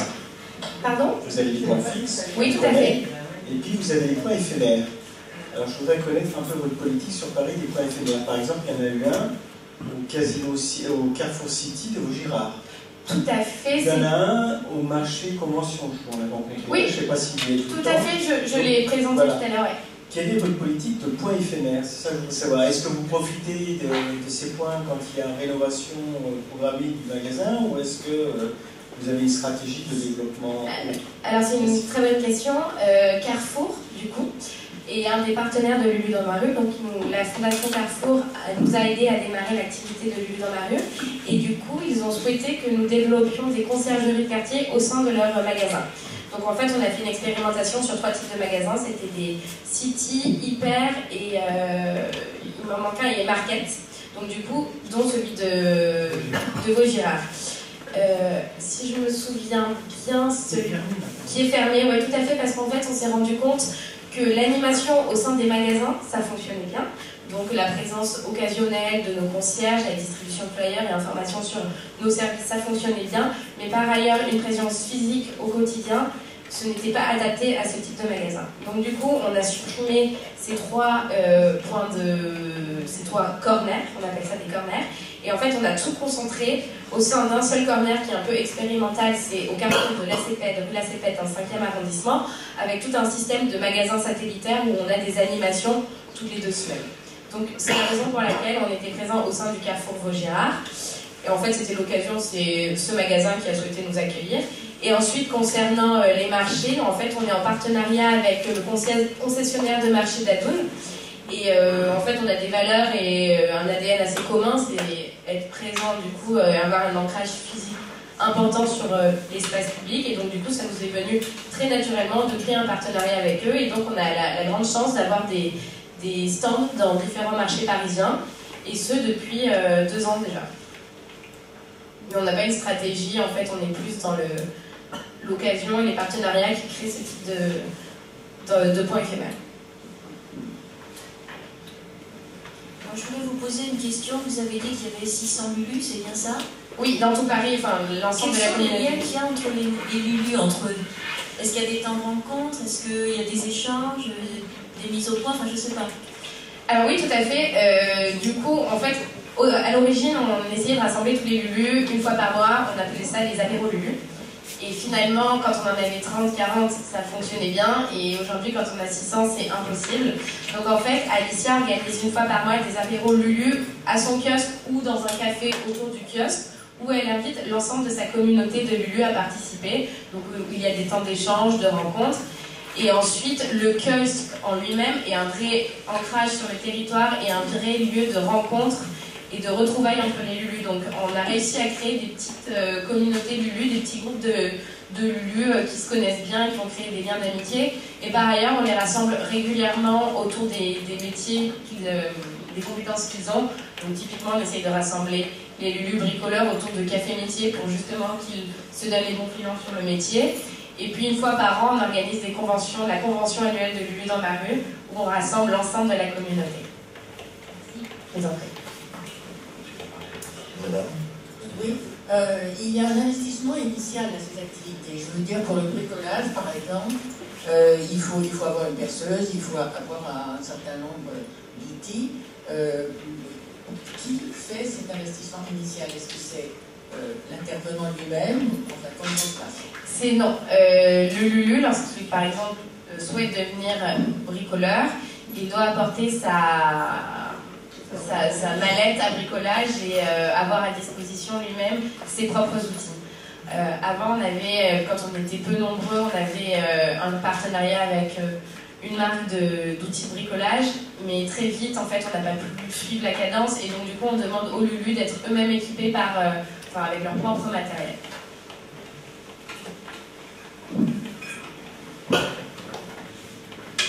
Oui, monsieur devant. Oui, un retour et une suggestion. Très bien. Pas de question. Un retour, je suis moi-même client, j'ai fait 2 interventions, une l'année dernière, une cette année. Les Lulu sont super sympas, très pro, pas de soucis. Vous êtes client, c'est ça? Client, oui. Ok, d'accord, pardon, j'ai mal compris. L'année dernière et cette année. Le seul petit point d'alerte, c'est que dans le deuxième cas, vous n'avez pas trouvé de Lulu disponible tout de suite, je n'étais pas pressé, mais je n'ai pas eu de retour. Donc j'ai pu revenir au kiosque, mais il faut peut-être suivre un peu les demandes et recontacter comme vous le faites bien par SMS pour m'inviter à l'apéro et à la fête qui va venir prochainement. Demain. Voilà. On peut peut-être faire un retour aussi SMS en disant on cherche, on n'a pas trouvé. Ben voilà. Tout à fait. Et une suggestion, c'est peut-être un peu aller loin, mais comme vous avez des Lulu qui sont très motivés, qui cherchent évidemment à vivre de ça, mais ils ont des compétences qui pourraient peut-être être utiles à autre chose qui existe dans l'arrondissement, qui s'appelle le Répar Café, qui est au foyer du Grenelle. C'est bénévole, c'est pas du tout pareil, sauf qu'ils recherchent en permanence des compétences. Des gens qui savent bricoler un grille-pain, une machine à café, etc. Donc le but de Répar Café, c'est pas de réparer pour le compte d'eux et faire concurrence, c'est de former la personne pour qu'elle puisse dépanner elle-même. Donc il y a un travail vraiment de solidarité et de formation pour souvent des publics un peu défavorisés. Il y a peut-être quelque chose à faire, un pont entre cellules super sympas, charmants, qui pourraient peut-être faire un peu de solidarité. C'est une fois tous les 2 mois ou 3 mois la Répar Café. C'est à samedi. Super. Merci beaucoup. Donc, tout d'abord, je prends bien note de votre retour concernant l'absence de réponse, enfin le temps assez long de réponse lorsque vous avez cherché un lieu. C'est vrai qu'aujourd'hui, on est en train de... 2019, c'est l'année où on transforme un peu notre outil informatique parce qu'on se rend bien compte qu'on a franchi une marche supérieure avec beaucoup plus de demandes et donc du coup, c'est plus compliqué à les suivre une à une. Donc du coup, là, on est complètement en train de refondre notre plateforme informatique et c'est un des points qui est justement en cours de transformation. Et concernant le Hypercafé, c'est un très bon point. Je pense que Alicia va bientôt être, au-delà d'être responsable du kiosque, elle va être aussi responsable de sa communauté. Donc c'est elle qui va les accompagner au quotidien. Et donc c'est quelque chose auquel on pourra tout à fait penser et effectivement leur proposer peut-être d'être formateur, mais aussi d'être formé, parce que tous les Lulu ne touchent pas forcément à l'électronique et à l'électroménager. Donc ça peut être tout à fait une très bonne piste d'amélioration de leurs compétences. Merci beaucoup. Merci. Quelqu'un d'autre? Un dernier mot du coup. Demain on fait la kermesse de commerce parce qu'on va fêter nos 2 ans de présence du coup sur l'arrondissement. Donc de 14h à 20h il y aura une kermesse avec des barbapapa, des petits jeux pour les enfants, les petits et les grands, avec des concerts avec le moins de nuisances sonores possible. On a bien compris la leçon.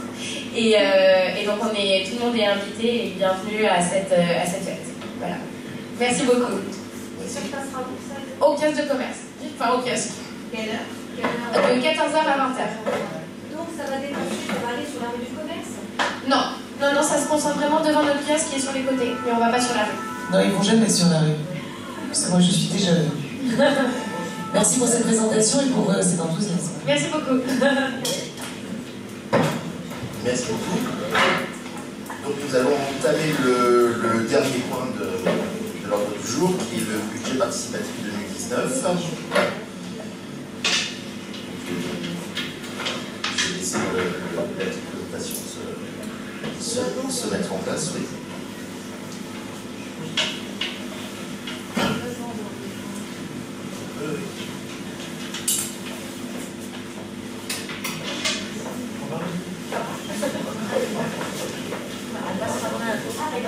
Donc le budget participatif, c'est 5% du budget d'investissement de la municipalité, soit 426 millions d'euros. Ça concerne la réalisation de projets d'investissement d'intérêt général et dans le champ de compétences de la ville. Il y a 2 parties au budget participatif. Il y a le budget participatif parisien, qui concerne l'ensemble de la ville, et le budget participatif d'arrondissement sur des projets qui sont plus axés sur notre arrondissement. Donc, voilà. Le 15e arrondissement a un budget de 5,9 millions d'euros. Là, on ne voit pas très bien ce sont les projets qui étaient déposés. Donc, on a un certain nombre de projets qui ont été réalisés. Enfin, je ne vais pas dire réalisés parce que justement, il y en a quand même qui ont été réalisés, qui ont été votés, qui ont été choisis depuis 2014. Donc, cultivés dans les écoles, les kiosques. En 2015, des murs végétalisés et les jardinières du commerce. Vous verrez la réalisation un petit peu plus loin. Des équipements innovants pour les écoles, des fontaines à boire dans les rues. Vous en avez une qui se trouve au coin de l'avenue Zola et de la rue du commerce. En 2016, végétaliser les murs et les toits dans le 15e. Désolé, toujours pas réalisé. Et en 2018, promenade en senior. Alors le budget participatif, donc ça consiste en différents points. Donc on a des projets que l'on souhaite voir réalisés. Et donc jusqu'au mois de février-mars, on peut déposer sur la plateforme Ville de Paris budget participatif le projet que l'on souhaite voir réalisé. Ce projet est étudié. Février-mars, c'est déjà terminé, alors c'est jusqu'en février, oui. Donc mars à mai, alors. Non, c'est en ce moment. Mars à mai, on étudie. Oui, c'est clôturé, les dépôts sont clôturés, mais les projets sont étudiés pour leur faisabilité. Voilà, en ce moment. Il faut savoir que le conseil de quartier ici a déposé 3 projets. Sur les 3 projets, il y en a 2 qui pour l'instant ont été déclarés recevables, à savoir la végétalisation du mur du collège Claude Debussy et le remplacement d'une statue en honneur aux pompiers de Paris qui se trouve au Square Violet. Le 3e est toujours en cours d'étude. Le 15e arrondissement a été un des arrondissements, on va dire, pilote un petit peu là-dessus, puisqu'il y a 189 projets qui ont été déposés cette année. Ça met le 15e en tête de tous les arrondissements. On est autour de entre 20 projets et 120 projets, 130 projets pour les autres arrondissements. J'y suis pour 501 projets donc pour tout Paris. Il faut savoir que tous les arrondissements confondus, ça fait 1583 projets qui ont été déposés, qui sont répartis dans tout Paris. Au mois de juin, il va y avoir une commission qui va se réunir en mairie afin de voir si les projets sont réalisables, souhaitables, faisables. À partir de là, les projets seront soumis au vote des Parisiens en septembre. La diapositive d'abord. Voilà, avec un vote qui est soumis aux Parisiens avec le petit triporteur pour pouvoir voter pour les projets. Et donc ça va se passer du 7 au 23 septembre de cette année. Vous pourrez choisir vos projets intéressants. En 2019, voilà, les projets de réaménagement de l'espace public, aménagement de places, de rues, création de pistes cyclables, végétalisation et street art hors des murs appartenant à la ville, les projets de végétalisation, composteurs, tout ça sera pas retenu. Et au niveau des réalisations du 15e, voilà une des réalisations qui a été faite, donc avec la végétalisation d'un mur qui se trouve rue du Commerce. Alors, la photo est pas très parlante parce que la photo a été prise en hiver et les plantes. C'est pas qu'elles font d'accord. Pour l'instant, mais croyez-moi, l'été ça pousse très très bien et le mur est vraiment très très bien. Voilà. Et c'est l'association du 15e qui a déposé le projet. Le refus en folie, voilà, exactement. Y a-t-il des questions?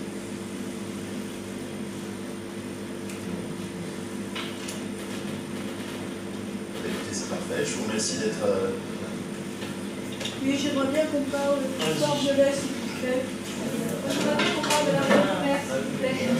Oui, alors juste une seconde. Alors pour finir sur le Square Violet, Madame Toubiana ne sera pas là ce soir. Je lui ai envoyé un mail, je l'ai reçu. Elle a mis en place 2 gardiens, normalement Square Violet. Donc, oui, je sais. Voilà. Ça, je donc sais. déjà donc elle a répondu à votre mail En fait, elle a mis en place, c'est moi qui me suis déplacée parce que c'est une histoire qui traînait depuis plusieurs années. Parce que j'étais en relation avec Madame Toubiana depuis plusieurs années. Comme ça n'avançait pas, je me suis déplacée, je suis allée à la DPSP, place Bouloyer, pour rencontrer la personne qui s'occupe de recevoir les Parisiens. Et donc, parce que ça ne bougeait pas, c'était une catastrophe. Donc, on a effectivement, alors là, elle a participé avec moi, mais il y a maintenant quelques gardiens qui font leur boulot, en gros c'est ça, qui sont de temps en temps 2, de temps en temps tout seuls, de temps en temps il n'y en a pas. Donc, s'ils font leur travail correctement, ils demandent aux gamins de ne pas jouer le ballon sur ce qu'il y a de plus, puisqu'il n'y en a plus. C'est un terrain vague en fait. Et donc, à terme, ce qui serait bien, c'est que la mairie de Paris, alors Madame Comutès, puisque c'est elle qui s'occupe des espaces verts, replante cette pelouse. Parce que là, c'est plus possible. On a un terrain vague. Moi, j'habite rue de l'Église depuis 15 ans. Quand je suis arrivée rue de l'Église, c'était un square. Maintenant, c'est un stade. Donc, avec tout ce que ça comporte, alors le bruit, non, parce que le bruit des gamins, moi je vais m'asseoir pour les gamins, ça ne me gêne pas, j'ai travaillé avec les gamins toute ma vie. Non, mais c'est pas. plutôt un bien. Par contre, quand vous entendez des gamins taper dans un ballon toute la journée, moi je me suis vu partir de chez moi. Vous avez 25 gamins sur ce qui était une pelouse et vous avez 5 ballons. Eh bien, écoutez, je vous défie de rester tout un dimanche ou tout un samedi comme ça. C'est insupportable. Alors, les gamins de 6-10 ans. Non mais attendez, madame, c'est un sport. C'est un sport. Alors juste pour vous répondre, madame. Oui, bien sûr, mais je n'ai rien contre les enfants. J'ai travaillé avec des enfants toute ma vie. Je n'ai rien contre les enfants. Ce qui est bien, c'est qu'on n'a plus de pelouse. Quand je suis arrivée ici, les mamans, les enfants, les jeunes venaient pique-niquer sur la pelouse. L'été, les gens venaient se mettre au soleil. Là, ils ne peuvent plus. Il n'y a plus de pelouse. La pelouse a disparu. Donc, avec les enfants, entre 6 et 10 ans, il n'y a que le ballon, de toute façon. Ben, oui, je veux bien, mais il y a quand même. Alors, ils ont le droit de jouer avec des ballons en mousse. Ça, c'est permis. Justement, pour rebondir là-dessus, est-ce qu'on pourrait pas... Alors attendez, si vous voulez vous exprimer, vous allez vous exprimer, je finis juste 2 secondes, on va vous donner un micro. Je voulais vous dire aussi qu'il y a 200 mètres carrés de coquelicots qui vont être plantés en avril. Donc je pense qu'il va y avoir un vrai square du commerce, évidemment, parce que nous parlons du square du commerce. Non, c'est le square violet. Square violet, excusez-moi, square violet. Alors ils vont planter 200 mètres carrés de à la place de la pelouse, là. J'imagine que c'est là, oui. Ah, ça serait bien, oui, voilà. Ça serait joli. Voilà. Voilà, c'est ce que Madame Tuganet m'a dit de vous dire, parce que ça vous a bien interpellé. Non, parce qu'il faut faire quelque chose. C'est plus possible, c'est un stade. Quand vous avez 30 gamins qui passent toute la journée, bon, maintenant, ça s'est arrangé parce que les gardiens qui sont là depuis un petit moment font leur travail. Ils leur demandent soit de jouer dans les allées, ce qui est possible, soit de jouer avec des ballons en mousse. Oui, mais écoutez, madame, c'est un sport, ce n'est pas un stade. Très bien. Je veux bien contre madame, s'il vous plaît, madame, ne vous interpellez pas, ça ne sert à rien, on ne va pas vous entendre, donc ça ne sert à rien. Donc j'ai répondu à vos questions par les 2 gardiens et en fait par une plantation. Mais ce que je vous suggère, c'est de vous remettre tout le temps en contact avec Madame Toubiana, qui s'occupe des exploitations. En tout cas, il y a eu une avancée depuis votre mail, en tout cas, il y a eu une avancée. Moi, je voulais savoir, c'est ce que j'avais demandé à Madame Toubiana, et j'ai réécrit encore à Madame Colina. Je sais que j'ai votre mail là. De savoir si la pelouse va être replantée. Parce que si la pelouse est replantée, s'il faut une plantation, ce qu'il faut faire, c'est mettre une clôture autour. Oui, vous mettez une petite grillette autour. Oui, voilà. Je vous remercie. Mais je vous en prie, madame. Si vous voulez bien passer le micro, s'il vous plaît.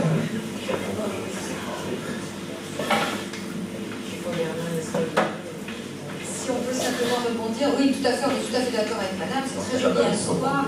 Mais il ne faut pas oublier qu'il y a quand même des enfants, parce qu'on n'a pas oublié les messieurs, parce qu'il y a toute une partie où ils peuvent jouer au boule, les messieurs, il n'y a pas de problème. Mais pour les enfants, ils sont toujours un peu rejetés. Est-ce qu'on ne pourrait pas se partager cet espace, c'est-à-dire faire un espace pelouse et un espace pour les enfants?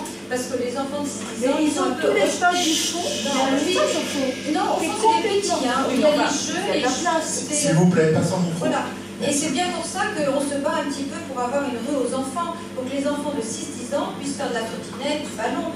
Et on a évoqué plusieurs projets, c'est-à-dire le long du square du commerce, où ce sont des rues qui ne servent pas du tout à la circulation, qui sont un peu des rues mortes. Pourquoi pas à ce moment-là, carrément, permettre aux enfants de jouer un peu au ballon, à la trottinette, au vélo. Vous allez voir. Oui, mais l'intérêt particulier, il faut arrêter. Vous savez, non, mais c'est le tous les enfants du quartier. Madame, Donc c'était simplement une idée pour dire que dans beaucoup de quartiers, il y a une rue aux enfants. Nous, on pourrait peut-être faire quelque chose dans le 15e. On a beaucoup d'enfants.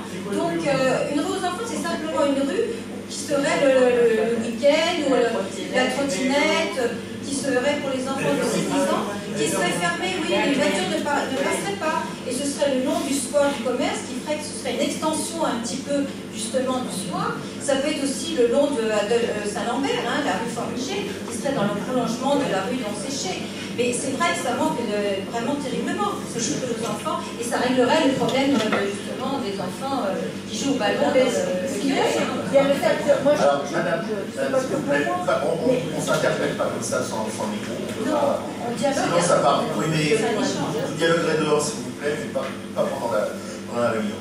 Je crois que madame, que vous avez déjà déposé des projets au budget participatif. Pour le... Moi? Ah non, non, vous n'avez pas déposé. Que alors je sais qu'au budget participatif, il y a eu des projets qui ont été déposés pour le remplacement de la pelouse. Alors c'est madame, pardon. Le réaménagement voilà. pour concilier, donc, pour concilier l'utilisation de ce square par les jeunes enfants, je suis tout à fait d'accord, Mais il faut que les pelouses restent des pelouses et qu'il n'y ait pas une affiche donc à l'entrée du spa, ballon, non, jeu de ballon non autorisé. Je ne sais pas pourquoi on ne peut pas interdire d'ailleurs, mais moi je suis pour que les enfants puissent jouer au ballon, mais il ne faut pas qu'ils aillent détruire les pelouses, je regrette. Hein. Et puis alors, j'ai reçu dans ma boîte aux lettres, j'en profite pour dire, une lettre non signée, donc de je ne sais qui est très bien faite d'ailleurs. C'est moi. Mais oui, mais dans ce cas-là, il faut indiquer qui vous êtes. Parce que moi, dans l'immeuble, tout le monde... Ben oui, il n'y a rien. Alors dans l'immeuble, tout le monde s'est imaginé que c'était moi qui l'avais fait. J'ai été vraiment très gâtée. Rue de l'église, les dents. Non mais quand on fait une lettre, on met qui on est. Oui, non, ah si. Madame, s'il vous plaît. Madame, voilà. On est dans un conseil de quartier qui est quand même bien cadré, s'il vous plaît. Chacun ne parle pas de son quartier. Voilà. Si vous avez des problèmes, vous allez discuter après. Elle m'a posé une question, donc, voilà. j'ai répondu, c'est tout. Et j'ai souligné cette question du problème du soir violet devant monsieur le maire du 15e, monsieur Goujon, et j'espère que ce sera résolu en fonction des besoins des uns et des autres.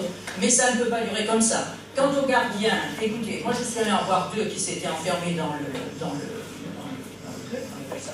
leur petite caisse. Et on m'a dit, écoutez, ils étaient dépassés. Un m'a dit, madame, allez leur dire. Là, je trouve que, bon, mais je n'incrimine pas, c'est personnel, parce que vous savez, j'ai travaillé dans l'administration et je connais bien ce genre de problème. Voilà, c'est tout. Merci. Madame, vous vouliez parler de quelque chose, peut-être, il me semblait. Oui, pour ajouter pour la rue aux enfants. Oui, effectivement, c'est un projet justement pour régler un peu ce problème des enfants. Et est-ce que vous avez déposé au budget participatif aussi Ah oui, ça fait longtemps, ça fait plusieurs années. Hein. D'accord. Et comme il y en a dans d'autres quartiers, pourquoi dans le 15e on est un petit peu timoré, on n'ose pas prendre des décisions de ce côté-là. Alors qu'on a la possibilité, on a la configuration de chaque côté du square du commerce. En plus, les commerçants seraient contents parce que ça ferait venir un peu plus les gens, pourraient faire du shopping en même temps. Le dimanche. Non, mais ça peut être le samedi, ça peut être le soir aussi après l'école, ça peut être tout le temps aussi. Vous pouvez très bien condamner.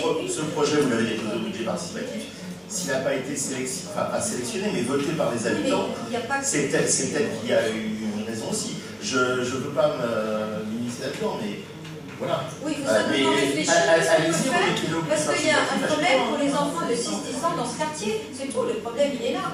Donc, que ce soit du côté de Saint-Lambert ou du côté de Violet, il y a un problème, il y a le très jeune âge qui est très bien représenté, et même Adolphe Chériou, il vient d'être refait, honnêtement c'est un super vitrine, parce qu'il a été refait mais il n'est pas utilisé. Il y a juste la partie pour la petite, effectivement, qui est pleine à craquer, mais autrement il est vide.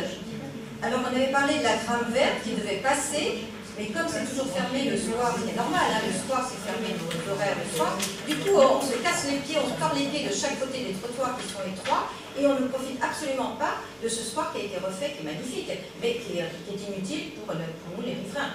Voilà, donc c'est un petit peu dommage.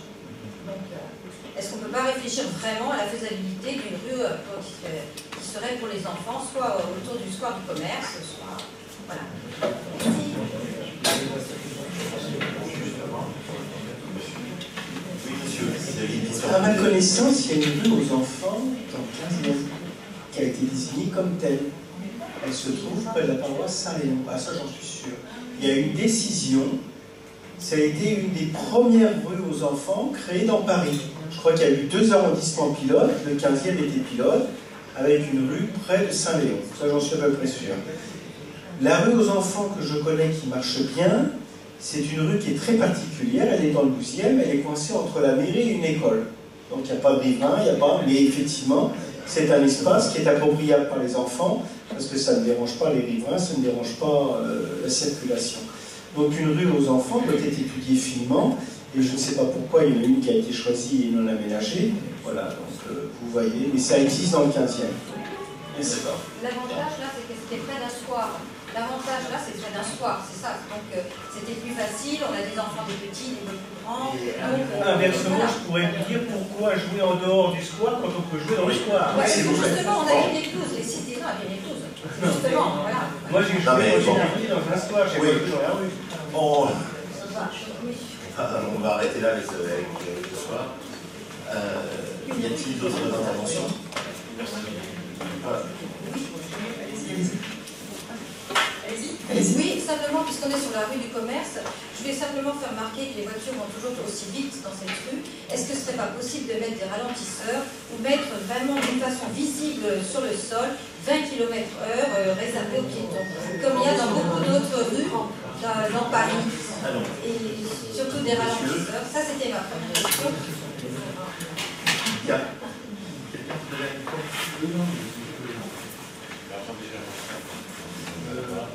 Alors, mettre des ralentisseurs, sur le ralentisseur, tout à fait, c'est une rue qui est déjà qui a été recalibrée, donc réaménagée, ce qui la rend normalement moins facile à aller vite. On a eu des remontées comme des ressentis, c'est sûr, comme dire que les véhicules qui allaient trop vite, ça rend bien.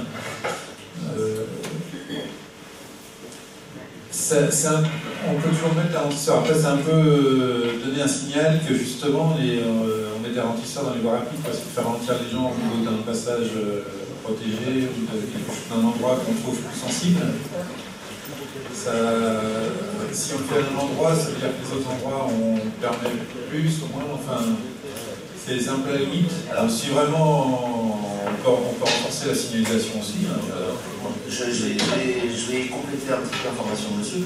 C'est une zone de rencontre qui est déclarée comme telle, avec un panneau à l'entrée de la rue, c'est donc limité à 20 à l'heure. Il se trouve, et là, le monsieur ne va pas être content, mais il se trouve que nous avons acheté des radars pédagogiques qui ne sont toujours pas installés.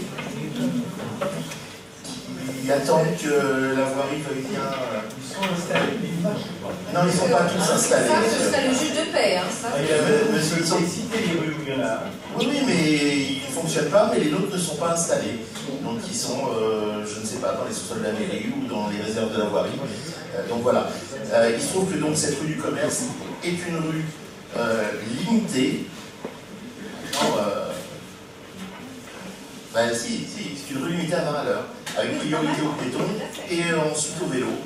La voiture venant en 3e position. Mais voilà. Quand vous avez identifié, il y a pas danger à moto. Et c'est vrai, j'abonde totalement dans votre sens. Tout à l'heure, justement, j'en parlais avec notre adjoint préféré. Je lui disais que rue du commerce, c'est l'enfer. C'est l'enfer. C'est l'enfer dans la mesure où, effectivement, c'est limité à 20 km/h. Justement, je suis arrivé, je dis, mais pourquoi on n'installe pas les fameux radars pédagogiques? On va peut-être avoir la réponse, mais c'est pas évident, c'est pas gagné. Par contre, je vais emmerdé en permanence par plein d'engins motorisés maintenant. Alors, c'est les trottinettes. Après, il y a les skateboards, il y a les vélos, il y a les rollers. Il n'y a même plus assez de place pour les piétons. C'est très dangereux. On est obligé de descendre du trottoir pour laisser passer ces engins et se retrouver sur la rue. L'autre jour, j'ai failli me faire renverser. J'arrive à l'intersection, là, je ne sais plus comment elle s'appelle la rue, je ne me rappelle plus du nom. Au moment où je traverse, il y a une voiture qui arrivait, là, qui avait priorité à droite, elle a coupé, et elle s'est bloquée face à moi. Alors évidemment, elle est arrivée par rue du commerce. Mais quand même, j'ai failli me faire renverser. Si c'était limité à 20 tout à côté, aux alentours, on n'en serait pas là aujourd'hui. Il n'y a pas de place pour les piétons. On est bien d'accord. Et l'encombrement, l'emprise des jardinières sur le trottoir est énorme. Et moi, je vous invite à aller, prenez le RER à Vincennes, vous descendez. Vous avez la rue du Midi qui a la même configuration que la rue du commerce. Si vous permettez, on n'a pas mis les jardinières pour emmerder le monde. On l'a mis pour améliorer le décor. C'était triste. D'accord, tout à fait. Et ça, je suis. Oui, et heureusement d'ailleurs que les commerçants. Il n'y a plus de place pour situer le quai. Bah oui, non, mais d'accord, ok, mais quand vous avez des gens qui stationnent n'importe où à l'emporte-pièce, ça ne solutionne pas, donc ça n'arrange pas le problème. Il faut que chacun soit respectueux de l'autre. Non, mais d'accord, madame, mais on peut améliorer l'environnement. Et c'est pas qu'à faire, ça fait partie de l'environnement. C'est pas pour embêter le monde, c'est pour améliorer les conditions de vie de chacun. C'est pour avoir une meilleure vue. Par contre, ce qui est inadmissible, c'est de trouver aujourd'hui encore, et sans verbalisation aucune, avec un laxisme total, des gens qui empiètent sur la voie publique, sur les trottoirs où il y a des piétons, avec des trottinettes, avec des rollers, Et avec des vélos et tout. Des affiches publicitaires et des stands, etc. Pardon, très vite. Mais deux trucs pour vous répondre. D'abord, on attendait une loi qui vient de passer, parce que c'était des véhicules, pour vous répondre à vous, monsieur, c'était des véhicules qui étaient un peu hors cadre, puisque c'était des nouveaux usages, des nouveaux véhicules. Donc, ils n'étaient pas dans des catégories. Donc, attendez, je vous réponds. C'était une décision qui dépendait de l'État. Donc, ni de la mairie de Cazières, ni de la mairie de Paris, de l'État. Et l'État a enfin fait une loi là-dessus.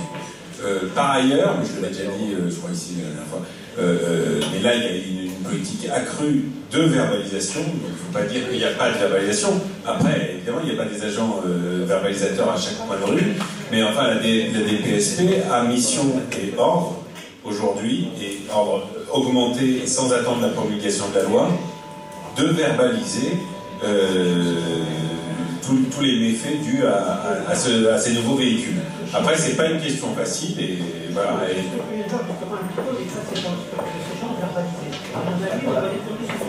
Les quoi? Les nombres? Ah ben, je peux vous communiquer les chiffres, hein, si vous le souhaitez, vous me donnerez vos coordonnées. Mais ça a beaucoup augmenté. Après, il n'y a pas des gens derrière chaque personne. Voilà. Non, il y en a beaucoup. Oui, donc pour revenir à l'aménagement de la rue du commerce, l'aménagement de la rue du commerce a été fait déjà il y a quelques années, en concertation à l'époque avec les riverains. Et donc, mais tout évolue, et donc je pense que la rue du commerce est vouée à évoluer. Et je passe la parole. Et pour répondre encore sur les trottinettes, d'ailleurs, Paris a mis en place une taxe sur les trottinettes qui seront mal rangées. Donc je pense que c'est en train d'évoluer. Et puis c'est vrai que c'est un nouveau mode de circulation. Et c'est normal qu'on ne soit pas tout de suite optimum pour répondre à ce nouveau mode. En tout cas, ça va se faire. Bien. Juste pour répondre et pour dire que tout le monde va jouer dans la rue, nous allons faire une expérimentation de piétonisation de la rue du commerce un samedi par mois, certainement à partir du 13 avril jusqu'à fin novembre. Le samedi après-midi, 13h à 18h. En ce moment, nous sommes en train de faire une concertation auprès des riverains. Donc j'espère que vous avez vu, il y a des flyers là à l'entrée, ou alors on va vous en donner, pour savoir si vous êtes pour ou contre cette expérimentation donc de piétonisation un samedi par mois à partir du 13 avril, de 13h à 18h, sur toute la rue du commerce. Et d'autre part, nous sommes allés à la rencontre des commerçants qui, eux, sont d'accord à 98,3% pour fermer cette rue l'après-midi, un samedi par mois. Donc voilà, si vous pouviez répondre à ce petit flyer, parce que ça nous aide évidemment pour prendre la décision, et votre décision sera notre décision. Voilà ce que je voulais dire sur l'expérimentation. Maintenant, pour bloquer les deux rues à côté du square du commerce, ça demande beaucoup de moyens et beaucoup d'hommes, donc ce n'est pas très évident. Mais on en reparlera. De toute façon, vous avez déposé un projet au budget participatif. Si les gens votent, ça pourra peut-être se faire. Je vous écoute. Oui, parce que, comme vous dites, ça demande beaucoup de personnes, de moyens aussi, oui. Et en fait, dans les budgets participatifs, il y avait la réponse en disant que tout avait été bloqué, parce que tout ce qui avait été demandé comme éphémère, un petit peu, en fait, ça allait être pérennisé. Donc tout était bloqué. Et si c'est pérennisé, donc ça veut dire qu'il n'y a ça ne demande rien du tout. C'est-à-dire que la rue sera, sans interdit, sera carrément bloquée, et puis à ce moment-là, ça servira uniquement aux enfants. Pour revenir sur ce que vous avez dit tout à l'heure, pourquoi les commerçants ont dit pourquoi 13h et pas le matin? Alors c'est plutôt le matin. Alors, c'est tout à fait, c'est une question, en fait, c'est une question de moyens et d'hommes. En faisant de 13h à 18h, on a besoin de faire moins que 8-8, donc d'avoir moins d'hommes sur le terrain, parce qu'il faut bloquer toutes les rues, et il faut 2 personnes à chaque rue. Donc c'est beaucoup de personnel. Est-ce que si on proposait la rue du commerce dans Paris Respire, c'est-à-dire qu'elle serait automatiquement tous les week-ends, le samedi et le dimanche? Mais écoutez, pour l'instant, on fait cette expérimentation pour voir ce que ça donne, et surtout si les riverains sont d'accord. Donc voilà, c'est un premier pas vers ce que vous désirez. Et l'autre chose, excusez-moi, simplement, est-ce qu'on a trouvé une solution lorsqu'il y a des animations rue du commerce pour justement arrêter la circulation? C'est-à-dire, jusqu'à maintenant, les commerçants refusaient de participer pour payer les moyens d'arrêter la circulation, et la mairie de Paris la mairie du 15e n'avait pas le budget non plus. Donc, lors des prochaines animations rue du commerce, qu'est-ce qui va se passer? Est-ce que la circulation sera fermée ou pas? La circulation voiture, bien sûr. Et pour la braderie du 13 avril, si la réponse est positive, elle sera piétonnisée. Voilà. Très bien. D'accord, merci. Voilà. Yann, y a-t-il... Si vous souhaitez, je peux vous donner quelques éléments de réponse là, par rapport à la pédagogie. Donc ils sont effectivement plutôt dans les, pas chez nous, mais plutôt dans les cadres de la mairie. Alors, le problème qui s'est posé, c'est que ce sont des radars qui sont sur pile, sur batterie. Donc il faut en fait aller changer ces batteries très régulièrement. Donc comme tous ces projets-là, on demande, c'est pour ça que dans tout ce qui est budget participatif, on demande aussi à ce que ça prenne, si c'est que d'investissement et s'il y a des choses mises en charge pour l'entretien courant, soit pris par une association pour certaines choses qui sont mises comme ça. Et les radars, ça veut dire que là, on monopolise des brigades pour aller avec une nacelle, pour aller changer les piles régulièrement. Il y a des modèles maintenant qui sont envisagés sur le panneau solaire, sur des choses comme ça. Donc, ce n'est pas ceux-là qui ont été pris. Peut-être on fera un effort. Il y en a qui ont été posés, malgré tout, parce que c'est monsieur. Et qui ne fonctionnent pas. Et qui ne fonctionnent peut-être plus, parce que justement, il y a ce problème des batteries. Bon. Puis après, il y a la pertinence. Bon, on parle beaucoup des radars qui sont vandalisés. Les gens aussi savent quand ils sont verbalisés et quand ils ne le sont pas. Mais l'expérience des radars pédagogiques, c'est quand même intéressant. Donc si on peut en mettre, on verra ça. Mais de fait, on ne peut pas les multiplier pour cette raison-là, sinon on prend sur nos forces vives, on va dire. Alors moi, je voudrais juste mettre un petit commentaire là-dessus. Ça aurait peut-être été judicieux qu'au moment où on a acheté avec le budget d'investissement ces radars pédagogiques, la voirie vienne nous dire, voilà, choisissez tel modèle plutôt que tel autre. Ça aurait peut-être été judicieux.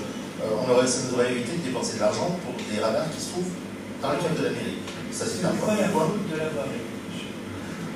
Comment se fait-il que 10 conseils de quartier aient acheté des radars? C'est donc pas la voirie qui a imposé aux 10 conseils de quartier d'acheter. Je n'ai jamais dit que c'était la voirie qui avait imposé. J'ai dit que la voirie aurait pu dire. Moi, ça m'a toujours étonné que dans les budgets d'investissement de 10 conseils de quartier, on ait tous en même mois décidé d'acheter des radars. Donc ça a été piloté par quelqu'un. Ça ne peut pas être autrement. J'assiste à tous les conseils de quartier, je peux vous le dire. Donc c'est un investissement qui a été décidé par quelqu'un. Cette personne n'a pas étudié je suis d'accord avec vous. Mais ce n'est pas les habitants qui ont dit dans 10 quartiers du 15e, il faut maintenant des radars pédagogiques. Excusez-moi, je suis les conseils du quartier depuis 10 ans, on n'a jamais eu dans chaque conseil le même investissement, le même jour, presque à la même heure. Alors là, je ne sais pas ce que vous sous-entendez, mais enfin, c'est un peu fort. Et vous savez que dans les conseils de quartier, on achète tous des aires de jeu aussi. Non, pas au même moment, pas au même moment. Regardez le même mois, tout a été dit. D'abord, ça doit pas être le même mois. Tu n'as pas dit ça, c'est-à-dire que ça n'a pas été coordonné. Bon, et de toute façon, même si ça a été coordonné, la voirie ne nous a pas conseillé sur l'achat de ces radars. Donc la voirie ne nous a jamais demandé d'acheter le radar pédagogique. Ça a été une décision, et moi je faisais partie du conseil de quartier déjà à l'époque, ça a été une décision que nous avons prise, en tout cas ici. Ça a été guidé par personne. Effectivement, ce que je reproche, c'est qu'on nous a conseillé d'acheter, enfin on ne nous a même pas conseillé d'acheter, donc on a acheté des radars sur batterie. Alors moi j'aimerais savoir si y a-t-il une possibilité de faire modifier ces radars avec un budget d'investissement, par exemple, du conseil de quartier, pour qu'on puisse finalement les installer. Je n'étais pas à la voirie au moment. Non. Mais je peux vous assurer qu'on m'a toujours dit qu'on avait bien prévenu qu'il fallait que quelqu'un prenne en charge ce changement comme pour les lampes à vélo, comme pour tout. On sait qu'on pose. Et on sait qu'à ça. Qu'est-ce qu'on peut faire avec ça? Non, mais je peux juste préciser que je pense qu'on a quand même averti sur le fait que les services de la nuit ne pourraient pas prendre en charge la maintenance. Ce qu'on a dit pour les pompes à vélo et ce qu'on essaye de faire et ce qu'on peut essayer de faire pour quelques radars si si on peut faire ça pour certains, on ne va pas pouvoir multiplier ça pour ces raisons-là. Après, est-ce qu'on peut les modifier ou est-ce que c'est plutôt en acheter un autre? Je sais que c'est un peu compliqué, mais des fois, c'est une étude économique à regarder. Donc, il y a des nouveaux process qui verront le jour peut-être maintenant. Tout ça. Je vais juste vous dire un tout petit mot sur la rue aux enfants, parce qu'effectivement, la place du cardinal Hamet était dans le budget participatif avec la rue aux enfants. Il y a un tronçon qui est fermé et puis il y avait une extension qui était prévue pour le faire donc, à l'occasion des jours voulus, mercredi ou le week-end, je ne sais pas quoi. Ce qui allait avec ça, c'est qu'il fallait qu'il y ait une association qui prenne en charge. On a bien la même chose. Et il n'y a pas eu d'association pour le prendre en charge, donc effectivement, le tronçon qui était fermé est resté fermé et on est resté là. Donc il y a peut-être des évolutions qui feront que on fermera des tronçons, parce qu'en fait l'idée c'était quand même une responsabilité, quoi, de dire si on dit le mercredi 14h à 18h les enfants peuvent y aller, il faut que la barrière soit vraiment fermée à 14h.